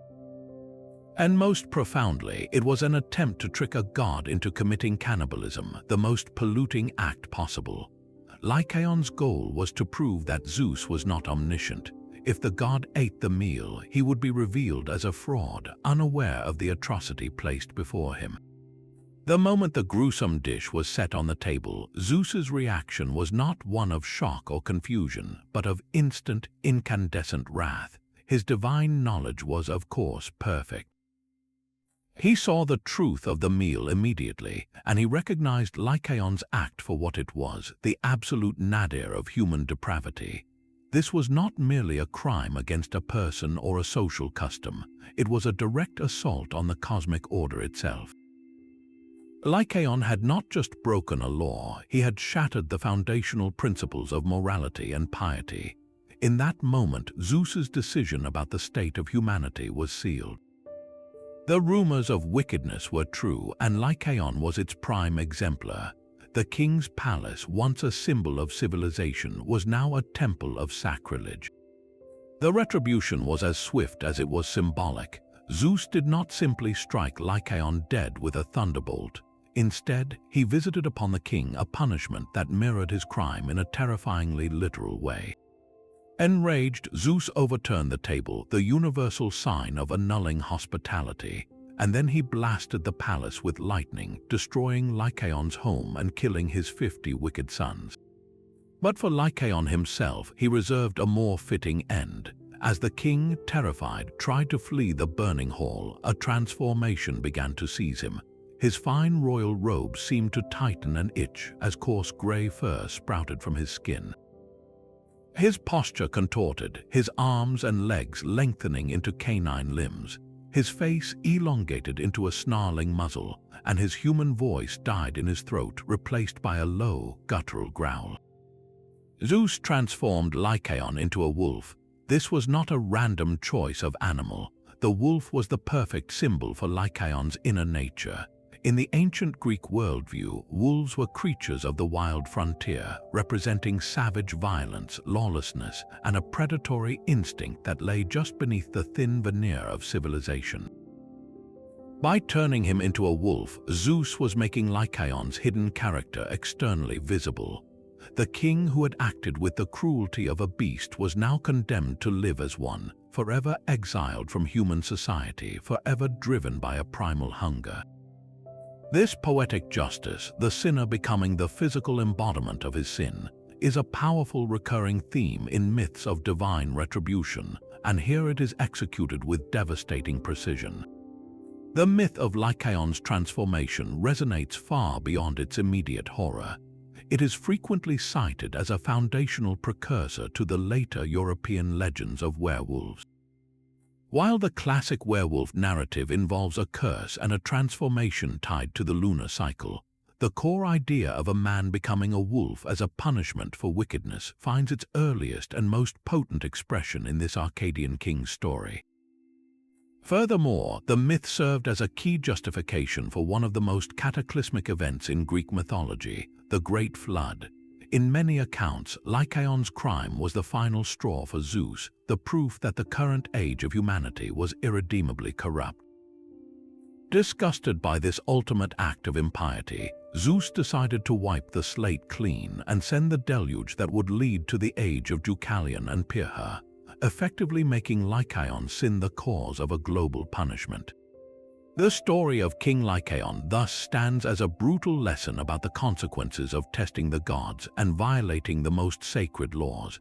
It teaches that such transgressions are not merely personal failings but cosmic offenses that can invite a retribution so complete it redefines the sinner's very essence, trapping them forever in a form that reveals the monster they always were. But the brutal transformation of Lycaon into a wolf represents a punishment of pure, bestial degradation. In stark contrast, our next story presents a divine retribution that, while physically severe, ultimately unlocks a profound and paradoxical form of enlightenment. This is the strange and captivating tale of the blind seer Thebes, a myth that challenges the very idea of punishment by suggesting that sometimes the gods' harshest sentences can conceal an even greater gift. Thebes' story is not one of simple crime and consequence. It is a complex exploration of perception, where the loss of physical sight becomes the gateway to a deeper, more terrifying vision of truth. The origin of Thebes' condition is as unusual as the man himself. According to one of the most famous versions, his blindness was the direct result of becoming an unwilling expert in a divine domestic dispute. The scene was Mount Olympus, where the king and queen of the gods, Zeus and Hera, were engaged in a heated argument. The topic was one of intimate experience, which gender, they debated, derived more pleasure from the act of love. Zeus championed the female perspective, while Hera insisted it was the male. Unable to settle the matter themselves, they decided to consult the one mortal who they believed could provide a definitive answer, Thebes. The reason for his unique qualification was bizarre. In his youth, while walking in the forest, Thebes had come upon two snakes mating. Disturbing them, he struck them with his staff and was instantly transformed into a woman. He lived as a woman for 7 years, even marrying and having children, before encountering another pair of mating snakes. Striking them again, he was transformed back into a man. This extraordinary experience made him the only being in existence who had lived fully in both genders. Summoned before the rulers of the universe, Thebes was asked to settle the argument. With the honesty forced upon a mortal in the presence of such power, he answered truthfully, siding with Zeus. He declared that if the pleasure of love were divided into 10 parts, the woman experienced 9, while the man only 1. His answer confirmed Zeus's position, but it provoked the furious wrath of Hera. Humiliated and angered by this mortal's testimony against her, the goddess struck him blind on the spot. It was a punishment for telling a truth that offended her, a brutal assertion of divine power over mortal truth. In this single moment, Thebes lost his ability to see the physical world because he had seen and revealed a truth about the nature of existence that a goddess wished to keep hidden. Yet the story does not end in darkness. Zeus, perhaps feeling guilty for involving a mortal in his marital strife, or perhaps in admiration for Thebes' honesty, could not reverse the curse placed by his wife. The acts of the gods were absolute, but he could offer compensation. To balance the scales, Zeus gifted Thebes with the power of inner sight, the gift of prophecy. He also granted him a lifespan of 7 generations, and the ability to retain his full mental faculties even after death in the underworld, where he would become a respected advisor to the shades of the dead. This compensation transforms the entire narrative. Thebes's blinding is not merely a punishment, it becomes a transformative ordeal. The loss of his earthly vision is the price he pays for gaining a far more profound cosmic vision. He can no longer see the world of men, but he can now perceive the threads of fate, the plans of the gods, and the inevitable future. His physical blindness becomes the very condition that makes his prophetic power possible. This myth presents a uniquely complex view of divine retribution. It suggests that suffering inflicted by the gods is not always a simple penalty for sin. Sometimes it can be a collateral damage in a divine conflict, an unjust price paid by a mortal court between higher powers. More importantly, it proposes that such suffering can be a catalyst for a higher state of being. Thebes's blindness is a tragedy, but it is also an initiation. He trades the ability to see the superficial appearances of the world for the ability to understand its underlying truths. His story resonates with a deep philosophical idea that true knowledge often requires a sacrifice, and that those who see too much of the world's inner workings may be separated from the comforts of ordinary sight. We see the immense value of this terrible gift throughout Greek mythology. It is the blind Thebes whom King Oedipus consults in his desperate search for the source of Thebes's plague. And it is Thebes who, seeing the horrific truth Oedipus cannot, becomes the first to name the king as the pollution. Later, in the plays of Sophocles and Euripides, it is Thebes who warns King Pentheus of Thebes against opposing the worship of Dionysus, foreseeing the gruesome fate that awaits the impious ruler. In every instance, his physical blindness stands in stark contrast to his piercing insight. While those around him with perfect vision stumble in ignorance, Thebes, the sightless seer, navigates the dark currents of fate with perfect clarity. His punishment, therefore, is not an end but a transformation, a chilling reminder that the gifts of the gods are often double-edged, and that the price of ultimate knowledge may be a permanent exile from the simple, beautiful lies of the everyday world. Yet the profound, unsettling wisdom of the blind seer Thebes would go unheeded by his own king, setting the stage for a retribution so intimate and gruesome it would become a benchmark for personal tragedy. From the quiet authority of the prophet, we are thrust into the violent, ecstatic chaos of a religious revolution in the city of Thebes, where the new god Dionysus has arrived to claim his birthplace. His coming, however, is met not with celebration, but with cold, rational denial from the young and rigid King Pentheus. This clash is not merely between a man and a god. It is a fundamental conflict between two opposing forces of human experience: the ordered, civilized world of the polis, represented by Pentheus, and the wild, untamable realm of instinct and ecstasy, embodied by Dionysus. Pentheus's fate is a terrifying lesson in what happens when a society tries to repress the primal forces that, however chaotic, are an essential part of life itself. Dionysus, the god of wine, theater, and religious ecstasy, was a latecomer to the Greek pantheon, and his worship was often met with suspicion by established authorities. His rites, known as Bacchic mysteries, were a radical departure from traditional Olympian religion. They were not conducted in orderly temples but on remote mountainsides.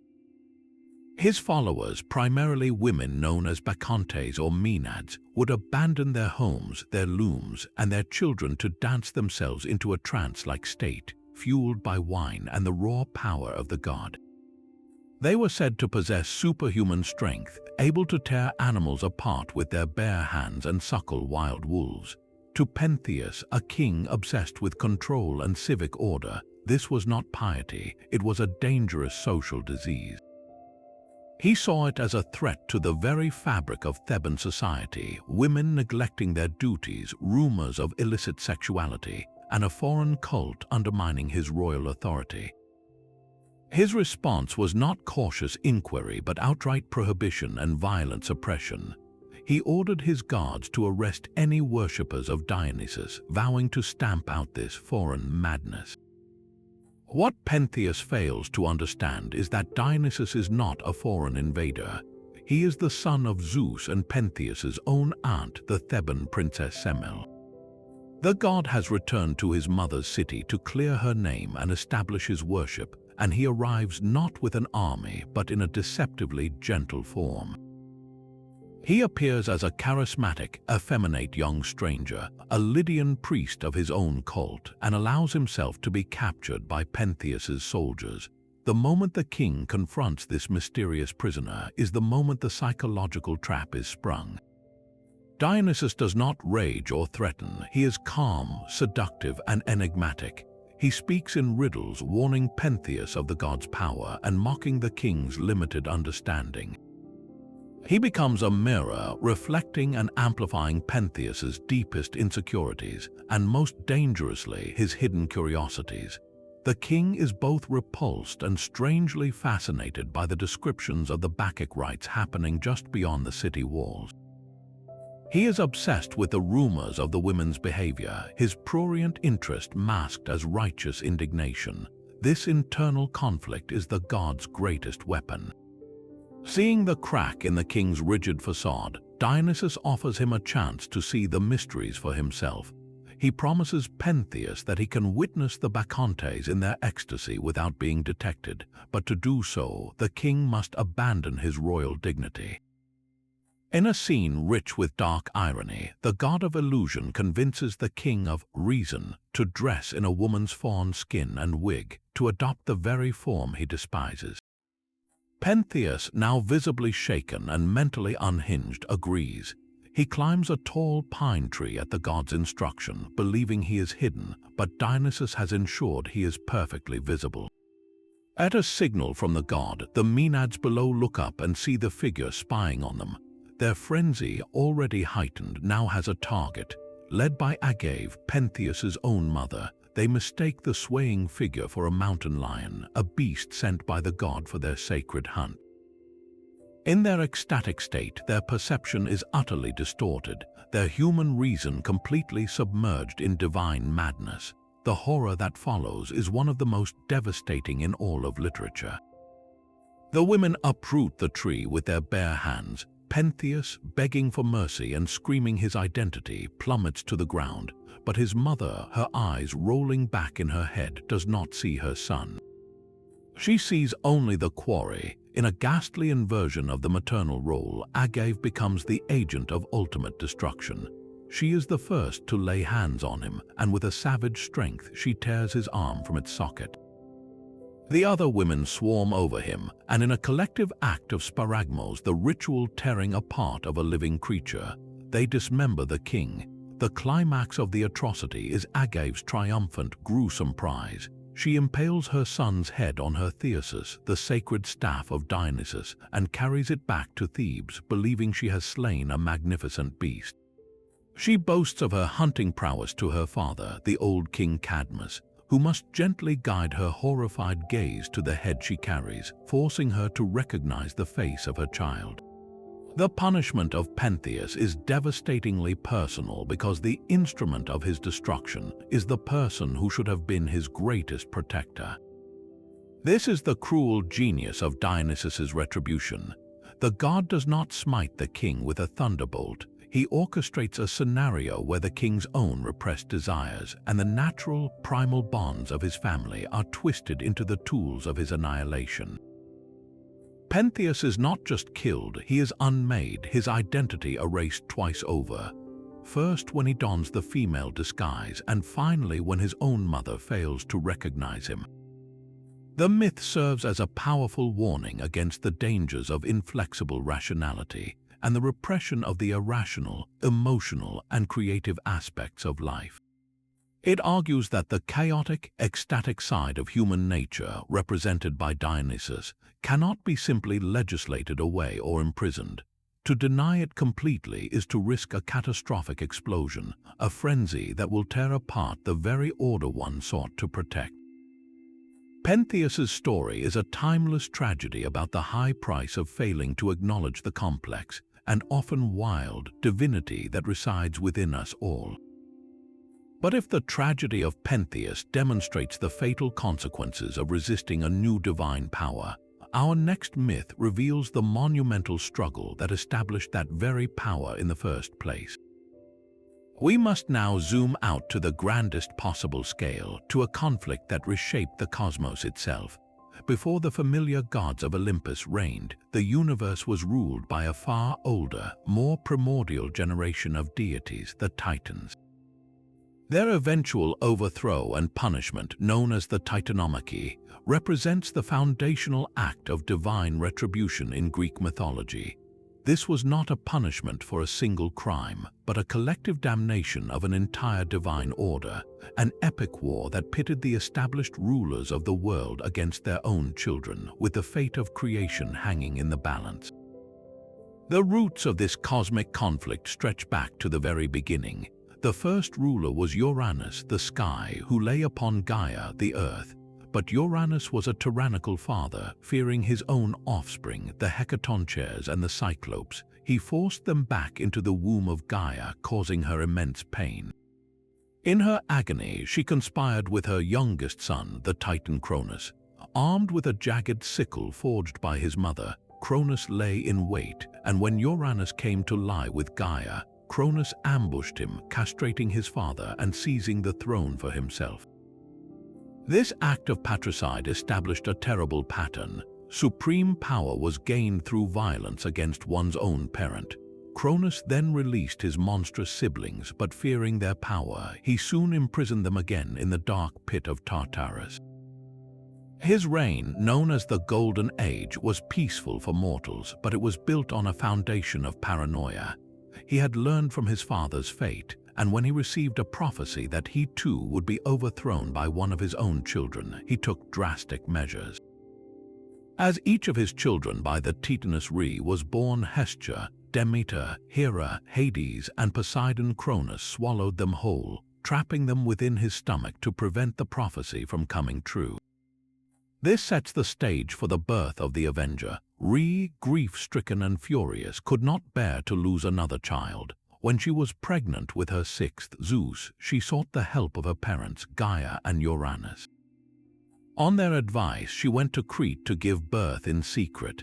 She then presented Cronus not with the baby, but with a stone wrapped in swaddling clothes, which the unsuspecting Titan promptly swallowed.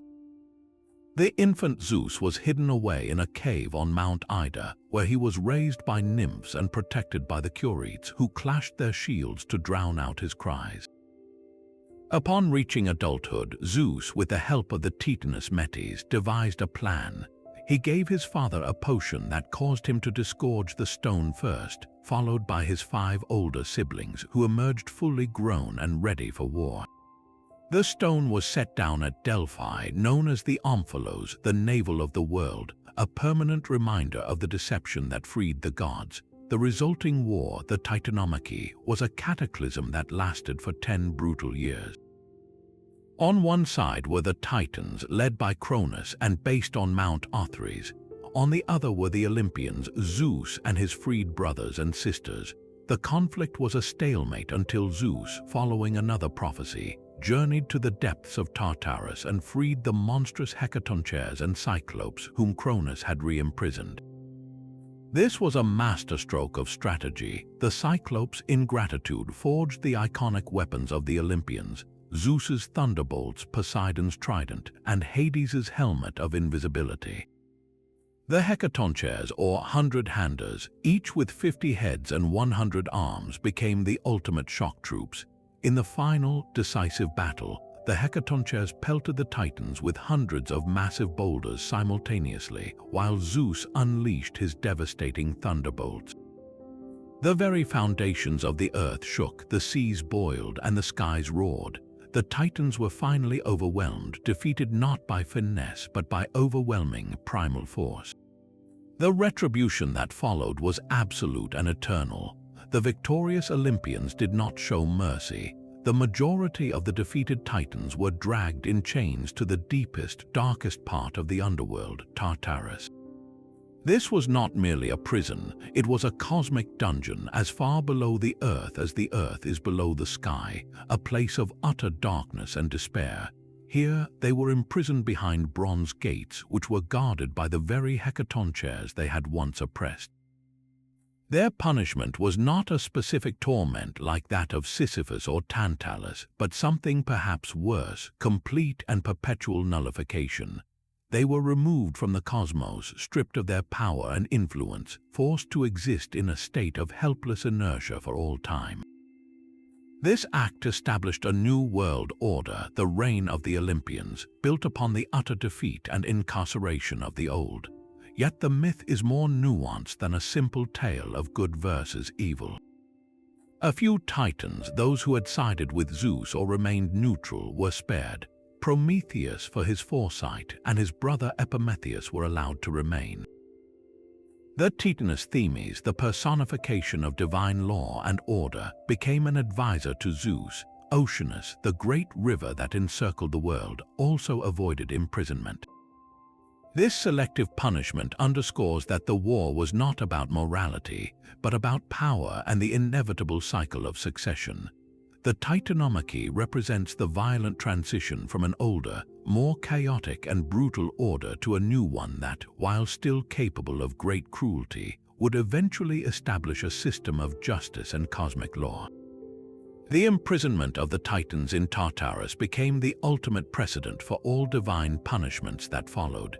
It was the moment Zeus solidified his authority, proving that any challenge to the new Olympian order, whether from a god, a titan, or a mortal, would be met with overwhelming, unforgiving force.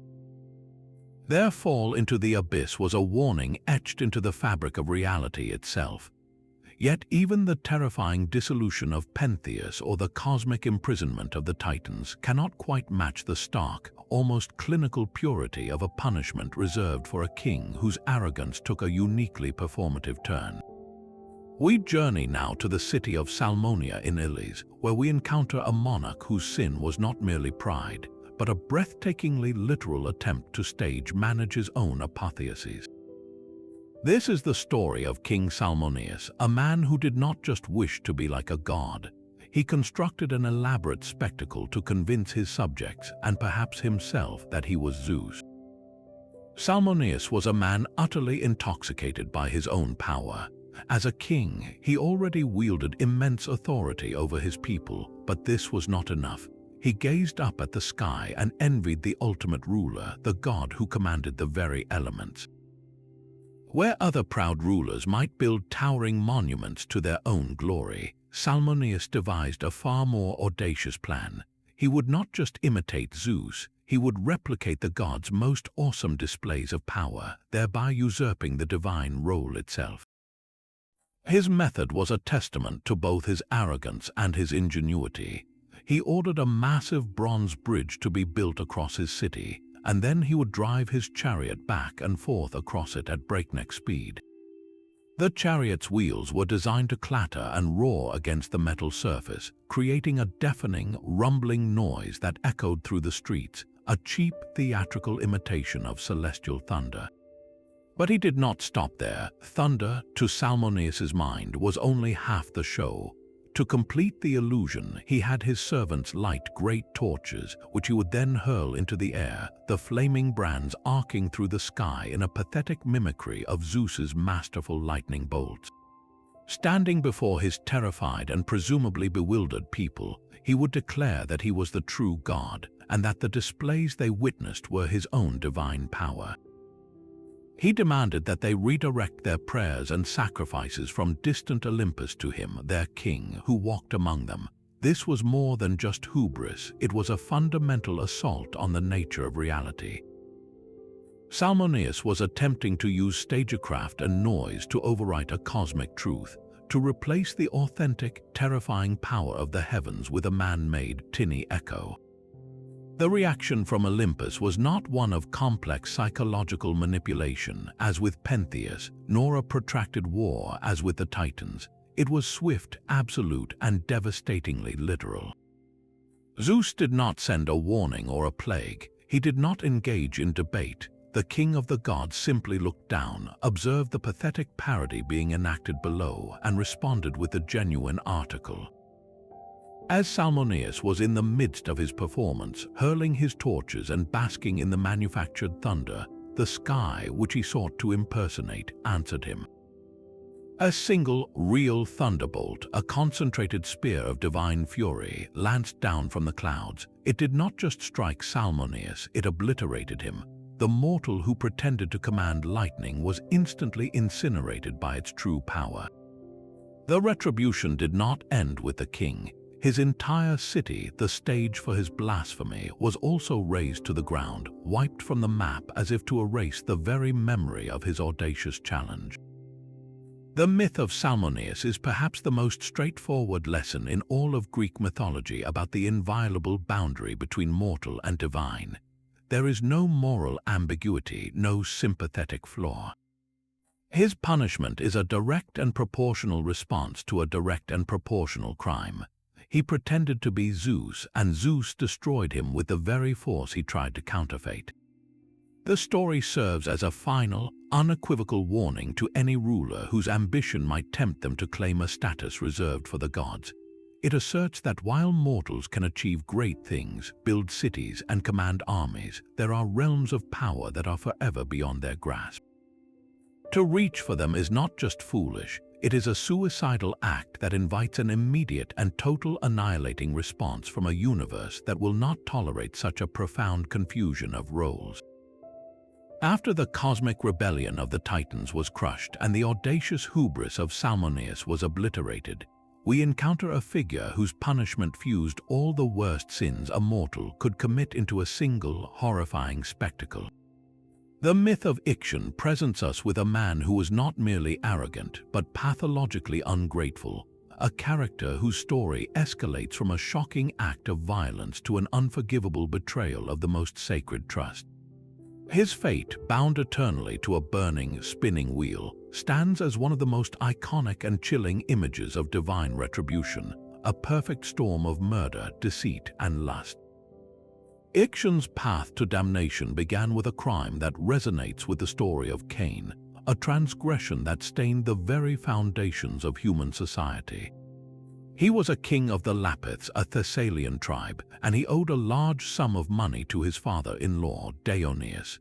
When the time came to pay the debt, Ixion devised a brutal solution instead of an honorable one.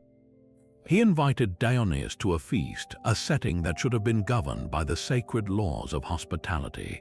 But as his guest arrived, trusting in the safety of a king's hall, Ixion pushed him into a pit filled with burning coals. This was not a crime of passion, it was a cold, premeditated murder, a treacherous killing of a kinsman who was also a guest. Ixion thus earned the grim distinction of being the first mortal in Greek mythology to shed kindred blood, an act that created a pollution so severe that no one, not even his own people, would purify him. He became an outcast, shunned by all of humanity, carrying the weight of a blood guilt that isolated him completely. It was at this lowest point that a figure of unimaginable power offered him a second chance. Zeus, the king of the gods, took pity on the wretched king. In an act of extraordinary clemency, Zeus invited Ixion to Mount Olympus to dine at the table of the gods themselves. This was an unparalleled honor, a gesture of divine forgiveness meant to cleanse the mortal of his terrible stain. Ixion was washed clean of his guilt, welcomed into the divine home, and given a place among the immortals. Instead of responding with humble gratitude, however, Ixion's time on Olympus only inflamed a darker, more dangerous impulse. Surrounded by divine splendor, his eyes fell upon Hera, the queen of heaven, and he was consumed by a forbidden lust. The mortal who had just been purified for murder now plotted to violate the marriage bed of the very god who had saved him. His ambition knew no bounds. Having escaped one punishment, he now sought to usurp the position of the king of the gods himself. Zeus, of course, was all-knowing. He was aware of Ixion's treacherous intentions from the start, but rather than striking him down immediately, the god devised a test and a trap of brilliant cunning. To prove Ixion's guilt beyond any doubt, Zeus fashioned a cloud, a Nephil, into a perfect, lifelike replica of Hera. He then allowed Ixion to believe his opportunity had arrived. The cloud being, Nephil, was placed in the mortal's path, and Ixion, seeing the form of the goddess, did not hesitate. he approached the phantom and lay with it, thereby committing the ultimate act of betrayal. In that moment, he revealed the profound depth of his ingratitude and his lust. He had not only desired the queen, he had acted upon that desire, violating the sacred bond of Xenia in the most egregious way possible. He had repaid Zeus's unparalleled hospitality with an attempt to cuckold him. The retribution was swift and terrifyingly creative. Zeus appeared, his wrath now fully justified and witnessed. His punishment for Ixion was multifaceted, designed to reflect every layer of his sin. For the murder of his kinsman and his violation of hospitality, he was condemned to eternal torment. But for the specific affront of lusting after a divine being, Zeus created a punishment that was a grotesque parody of Ixion's desires. The king of the gods had him bound to a great fiery wheel, a wheel that was itself set spinning through the sky for all eternity. Some versions say the wheel was forged by Hephaestus, while others claim it was spun through the air by the winds themselves. Ixion was lashed to this revolving wheel of fire, doomed to be burned and dizzy, forever in motion but never progressing, a prisoner of a cycle he could never escape. The symbolism is devastatingly precise. The wheel's ceaseless circular motion mirrors the futility and repetitive nature of Ixion's own scheming mind, forever turning on itself without achieving any goal. The fire represents both the burning lust that drove him and the fiery pit into which he had cast his father-in-law. And his position, spinning through the heavens, is a cruel mockery of his ambition to ascend to the divine realm. He is granted an eternal presence in the sky, but as a tortured spectacle, a warning to all who look up. Furthermore, the offspring of his union with the cloud Nephil was Centaurus, a deformed creature who later mated with wild mares to produce the race of centaurs, beings known for their own violent and lustful natures. Thus, Ixion's sin literally gave birth to a legacy of chaos, ensuring that his corruption would continue to plague the world long after he was chained to his wheel. His story serves as the ultimate lesson on the limits of divine mercy and the catastrophic consequences of mistaking forgiveness for permission, a stark reminder that some second chances, when squandered so spectacularly, lead not to redemption but to a hell of one's own making. Yet the cosmic wheel of fire that spins Ixion for eternity represents a punishment decreed by the gods themselves. But what happens when a mortal, wronged and abandoned, decides to take justice into her own hands, crafting a revenge so brutal it seems to borrow the cold, unforgiving logic of the divine?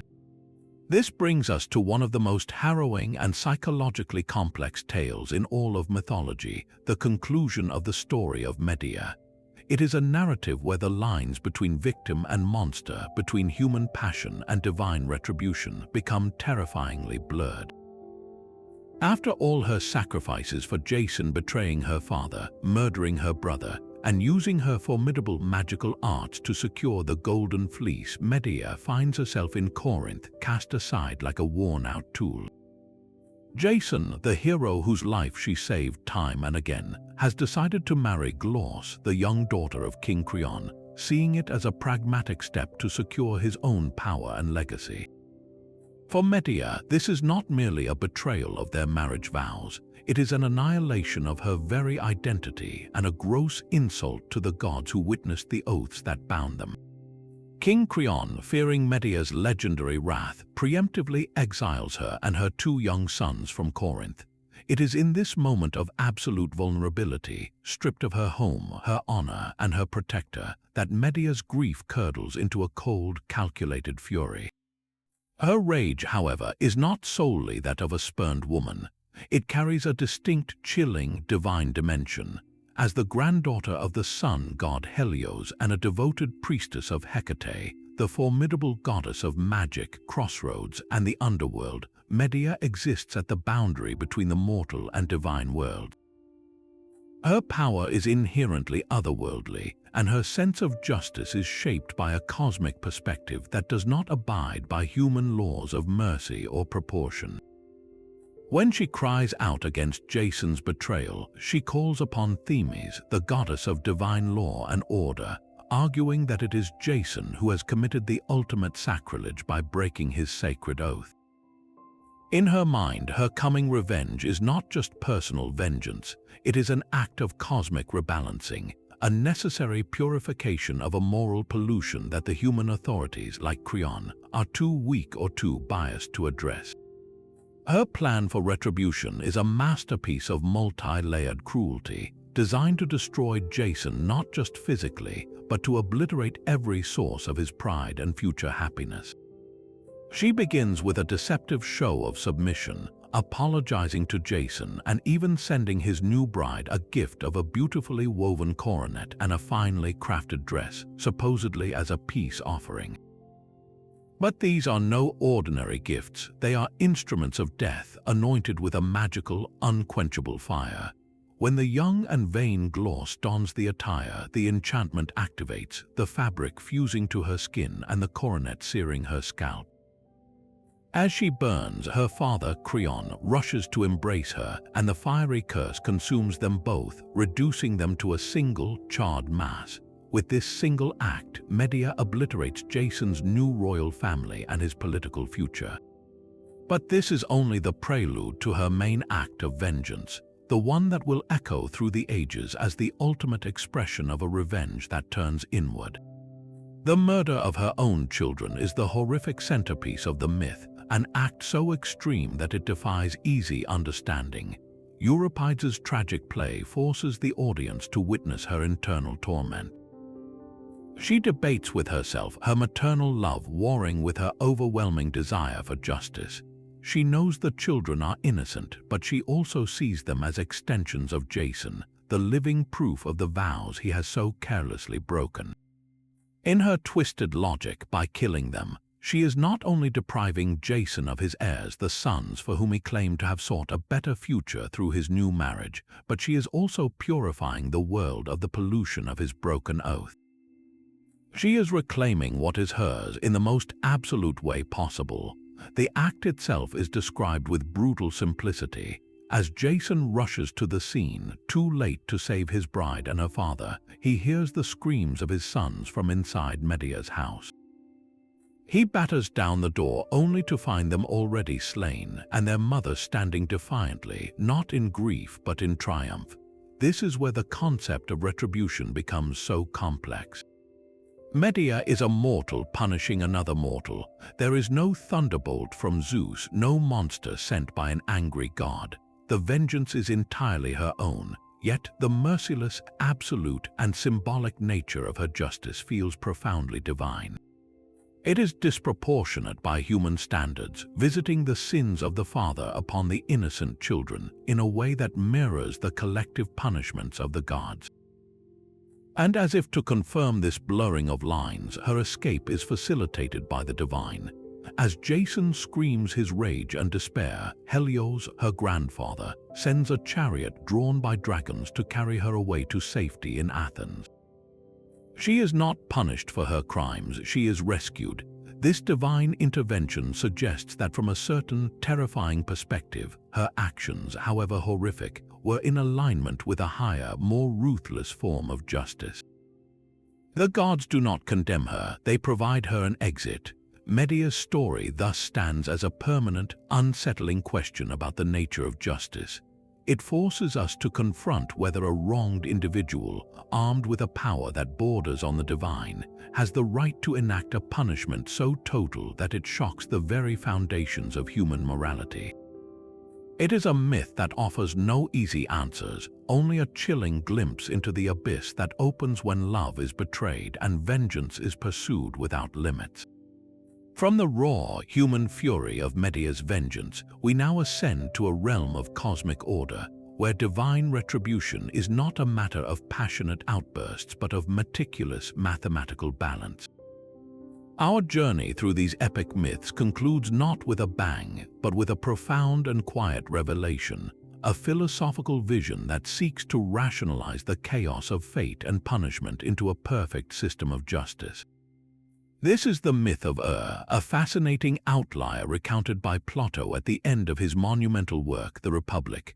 Unlike the tales of gods punishing mortals for specific insults, This story presents an afterlife governed by impersonal, logical laws, a karmic cycle where every action has a precise and calculable reaction. The story begins not with a god or a hero, but with an ordinary man, a soldier named from the land of Pamphylia. Dies in a great battle, but his body, strangely, shows no signs of decay.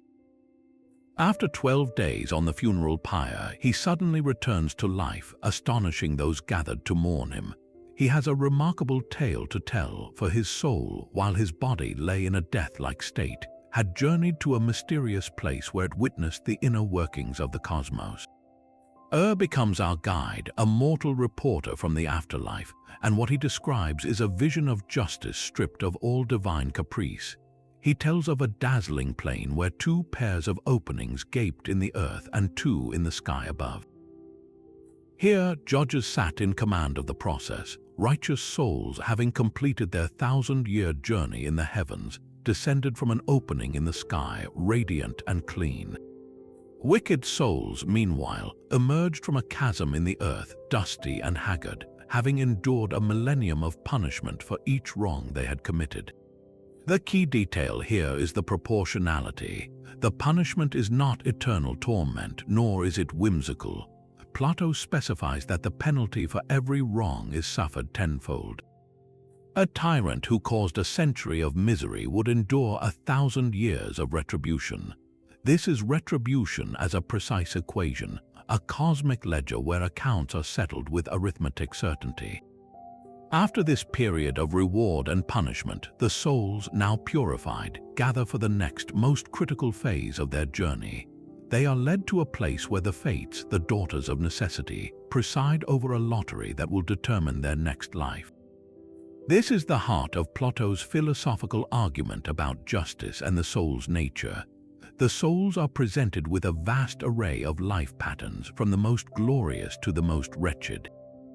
They are given the freedom to choose their next incarnation, and here, Plato observes, lies the greatest danger. Souls who were previously virtuous but had lived their goodness merely through habit without philosophy often made disastrous choices.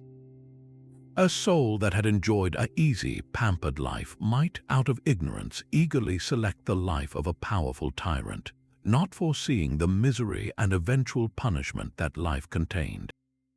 Conversely, a soul that had suffered greatly but had learned wisdom through philosophy might carefully choose the life of a simple, private citizen, recognizing it as the path to true happiness. This moment of choice is the ultimate test of the soul's character. The famous example Plato gives is of the soul of Odysseus. Having endured so much suffering and cunning in his previous life, this soul, weary of ambition, now seeks only a quiet existence. It searches through the leftover lives and happily chooses that of a common man who minds his own business. The message is clear. The true reward for a life well lived is not more power or glory in the next life, but the wisdom to choose a life that fosters genuine virtue and peace. After the choice is made, each soul drinks from the river of forgetfulness, Lethe, so that no memory of the divine realm or their previous choices remains as they are reborn into their new lives, the wheel of necessity turning once more. The myth of offers a radical departure from the myths we have explored. There is no Zeus hurling thunderbolts, no Hera scheming in jealousy. Justice is an inherent property of the universe, a self-regulating system administered by the impersonal force of necessity. The retribution is not about appeasing an angry deity, but about the soul's own journey toward enlightenment through countless cycles of life, death, and choice. It is a vision that replaces fear with responsibility. Our fate, in the end, is not in the hands of fickle gods, but is ultimately a consequence of our own choices and the wisdom, or lack thereof, that guides them. This philosophical myth serves as a powerful bookend to our epic journey, suggesting that beyond the thrilling tales of divine wrath lies a deeper, more challenging truth, that the most profound justice is the one we choose for ourselves, life after life. And so we reach the final, cataclysmic horizon of our journey, a prophecy where the very gods who dispense justice are themselves called to account. After witnessing punishments meted out to mortals and titans alike, we arrive at a vision of retribution so absolute it consumes the judges, the Norse apocalypse of Ragnarok. This is not a punishment for a specific crime, but a destined, inescapable reckoning woven into the fabric of existence itself. Unlike the Greek or biblical traditions where divine wrath corrects a flawed world, Ragnarok presents a universe with an expiration date, a final battle where the gods of Asgard, for all their power and wisdom, will fall. The dread of Ragnarok permeates Norse mythology from the beginning. Odin, the All-Father, sits upon his high seat, Æthlidskjalf, his two ravens bringing him news from all the worlds, yet even with all his knowledge, he is haunted by the prophecies of the dead seers he awakened. He knows the sequence of events is locked in place. It will begin with Fimbulwinter, 3 successive winters with no summer in between, a bitter cold that will shatter alliances and plunge humanity into a desperate struggle for survival. This prolonged darkness will be the signal for the breaking of all bonds.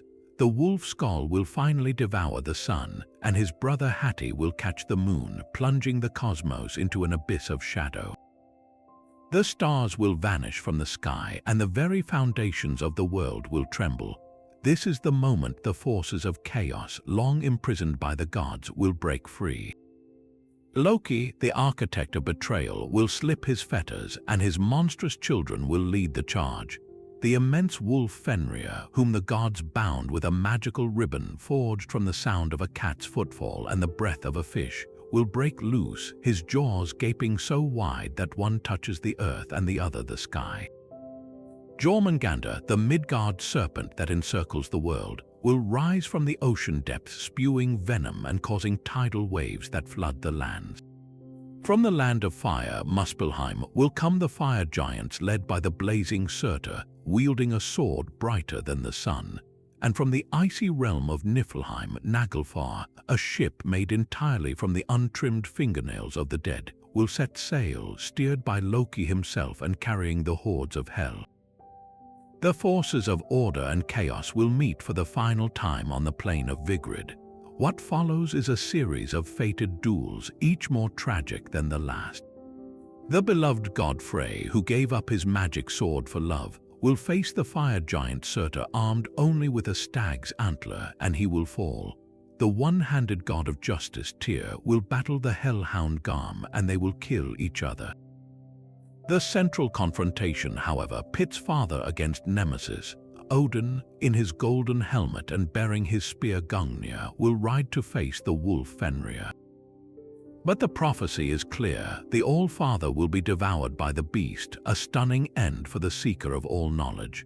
His son, Thor, the protector of humanity, will achieve his greatest feat, slaying the world serpent Jormungandr with his mighty hammer Mjolnir. But the victory is Pyrrhic. Thor will stagger only 9 steps away before succumbing to the serpent's venom, his own life extinguished by the poison of his ancient enemy. In the wake of this cosmic slaughter, Surtur will fling fire across the 9 worlds, and the earth will sink beneath the waves. The great world tree, Yggdrasil, will shudder and groan, but it will not be consumed. This is the crucial, transformative element of Ragnarok that separates it from a simple ending.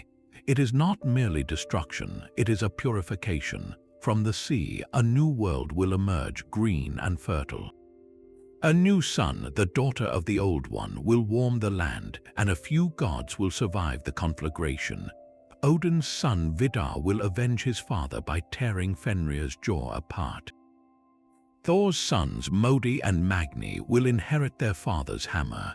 The gentle god of light, Balder, along with his blind brother Hodder, will return from the land of the dead to inhabit this reborn world. Most importantly, 2 humans will have survived the fire and flood by hiding within the wood of Yggdrasil itself. Their names are Lif and Lifthrasir, meaning life and desirer of life.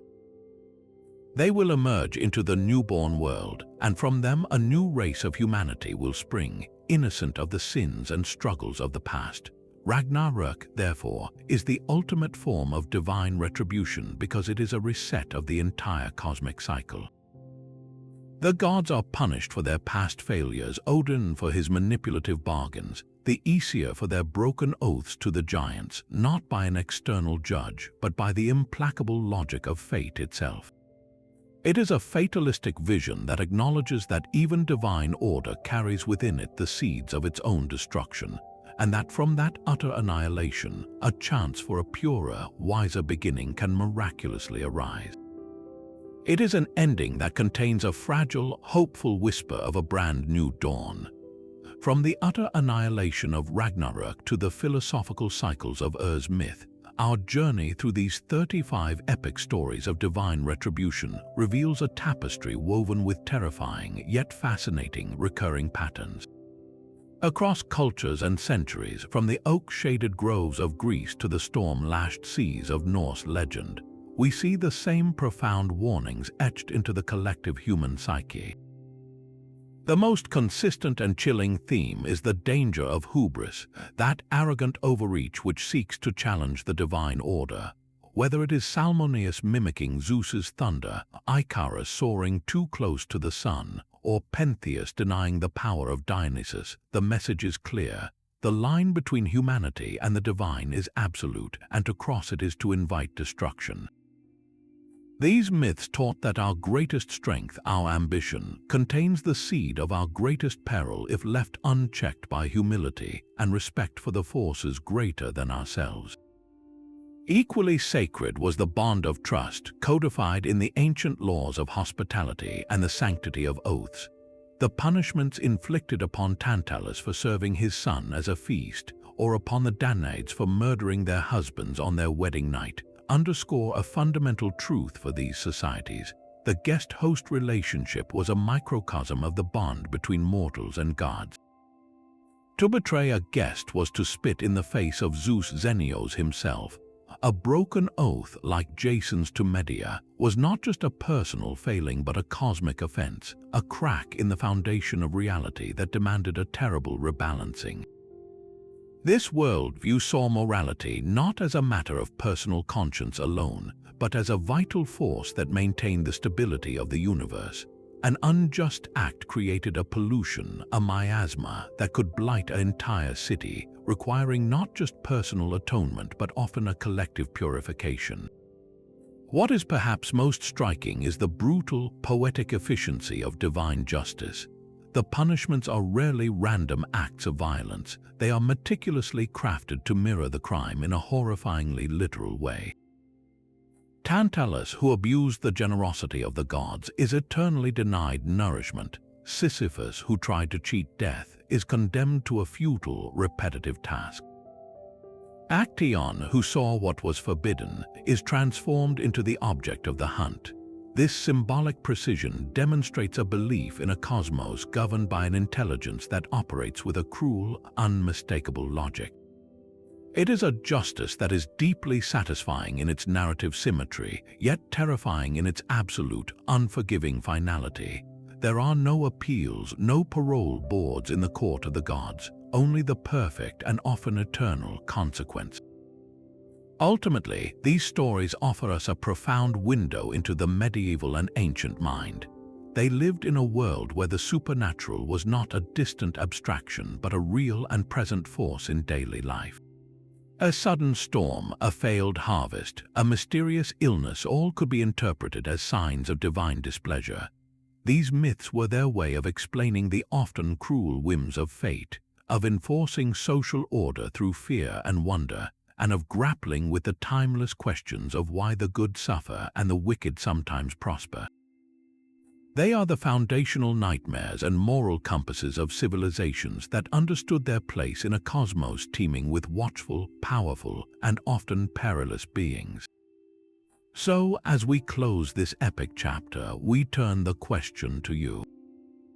Which of these myths of divine retribution did you find the most chilling, and why? Was it the intimate horror of a mother unknowingly slaughtering her son in the story of Pentheus, the cosmic scale of Sodom and Gomorrah's destruction? Or the psychological torment of Cassandra, cursed to see the future but never be believed? Share your thoughts in the comments below. We'd love to hear which tales resonated most deeply with you. If you enjoyed this journey into the shadows of history, please give this video a like, subscribe to the channel for more deep dives into the mysteries of the past, and join us next time as we continue to unravel the epic stories that have haunted and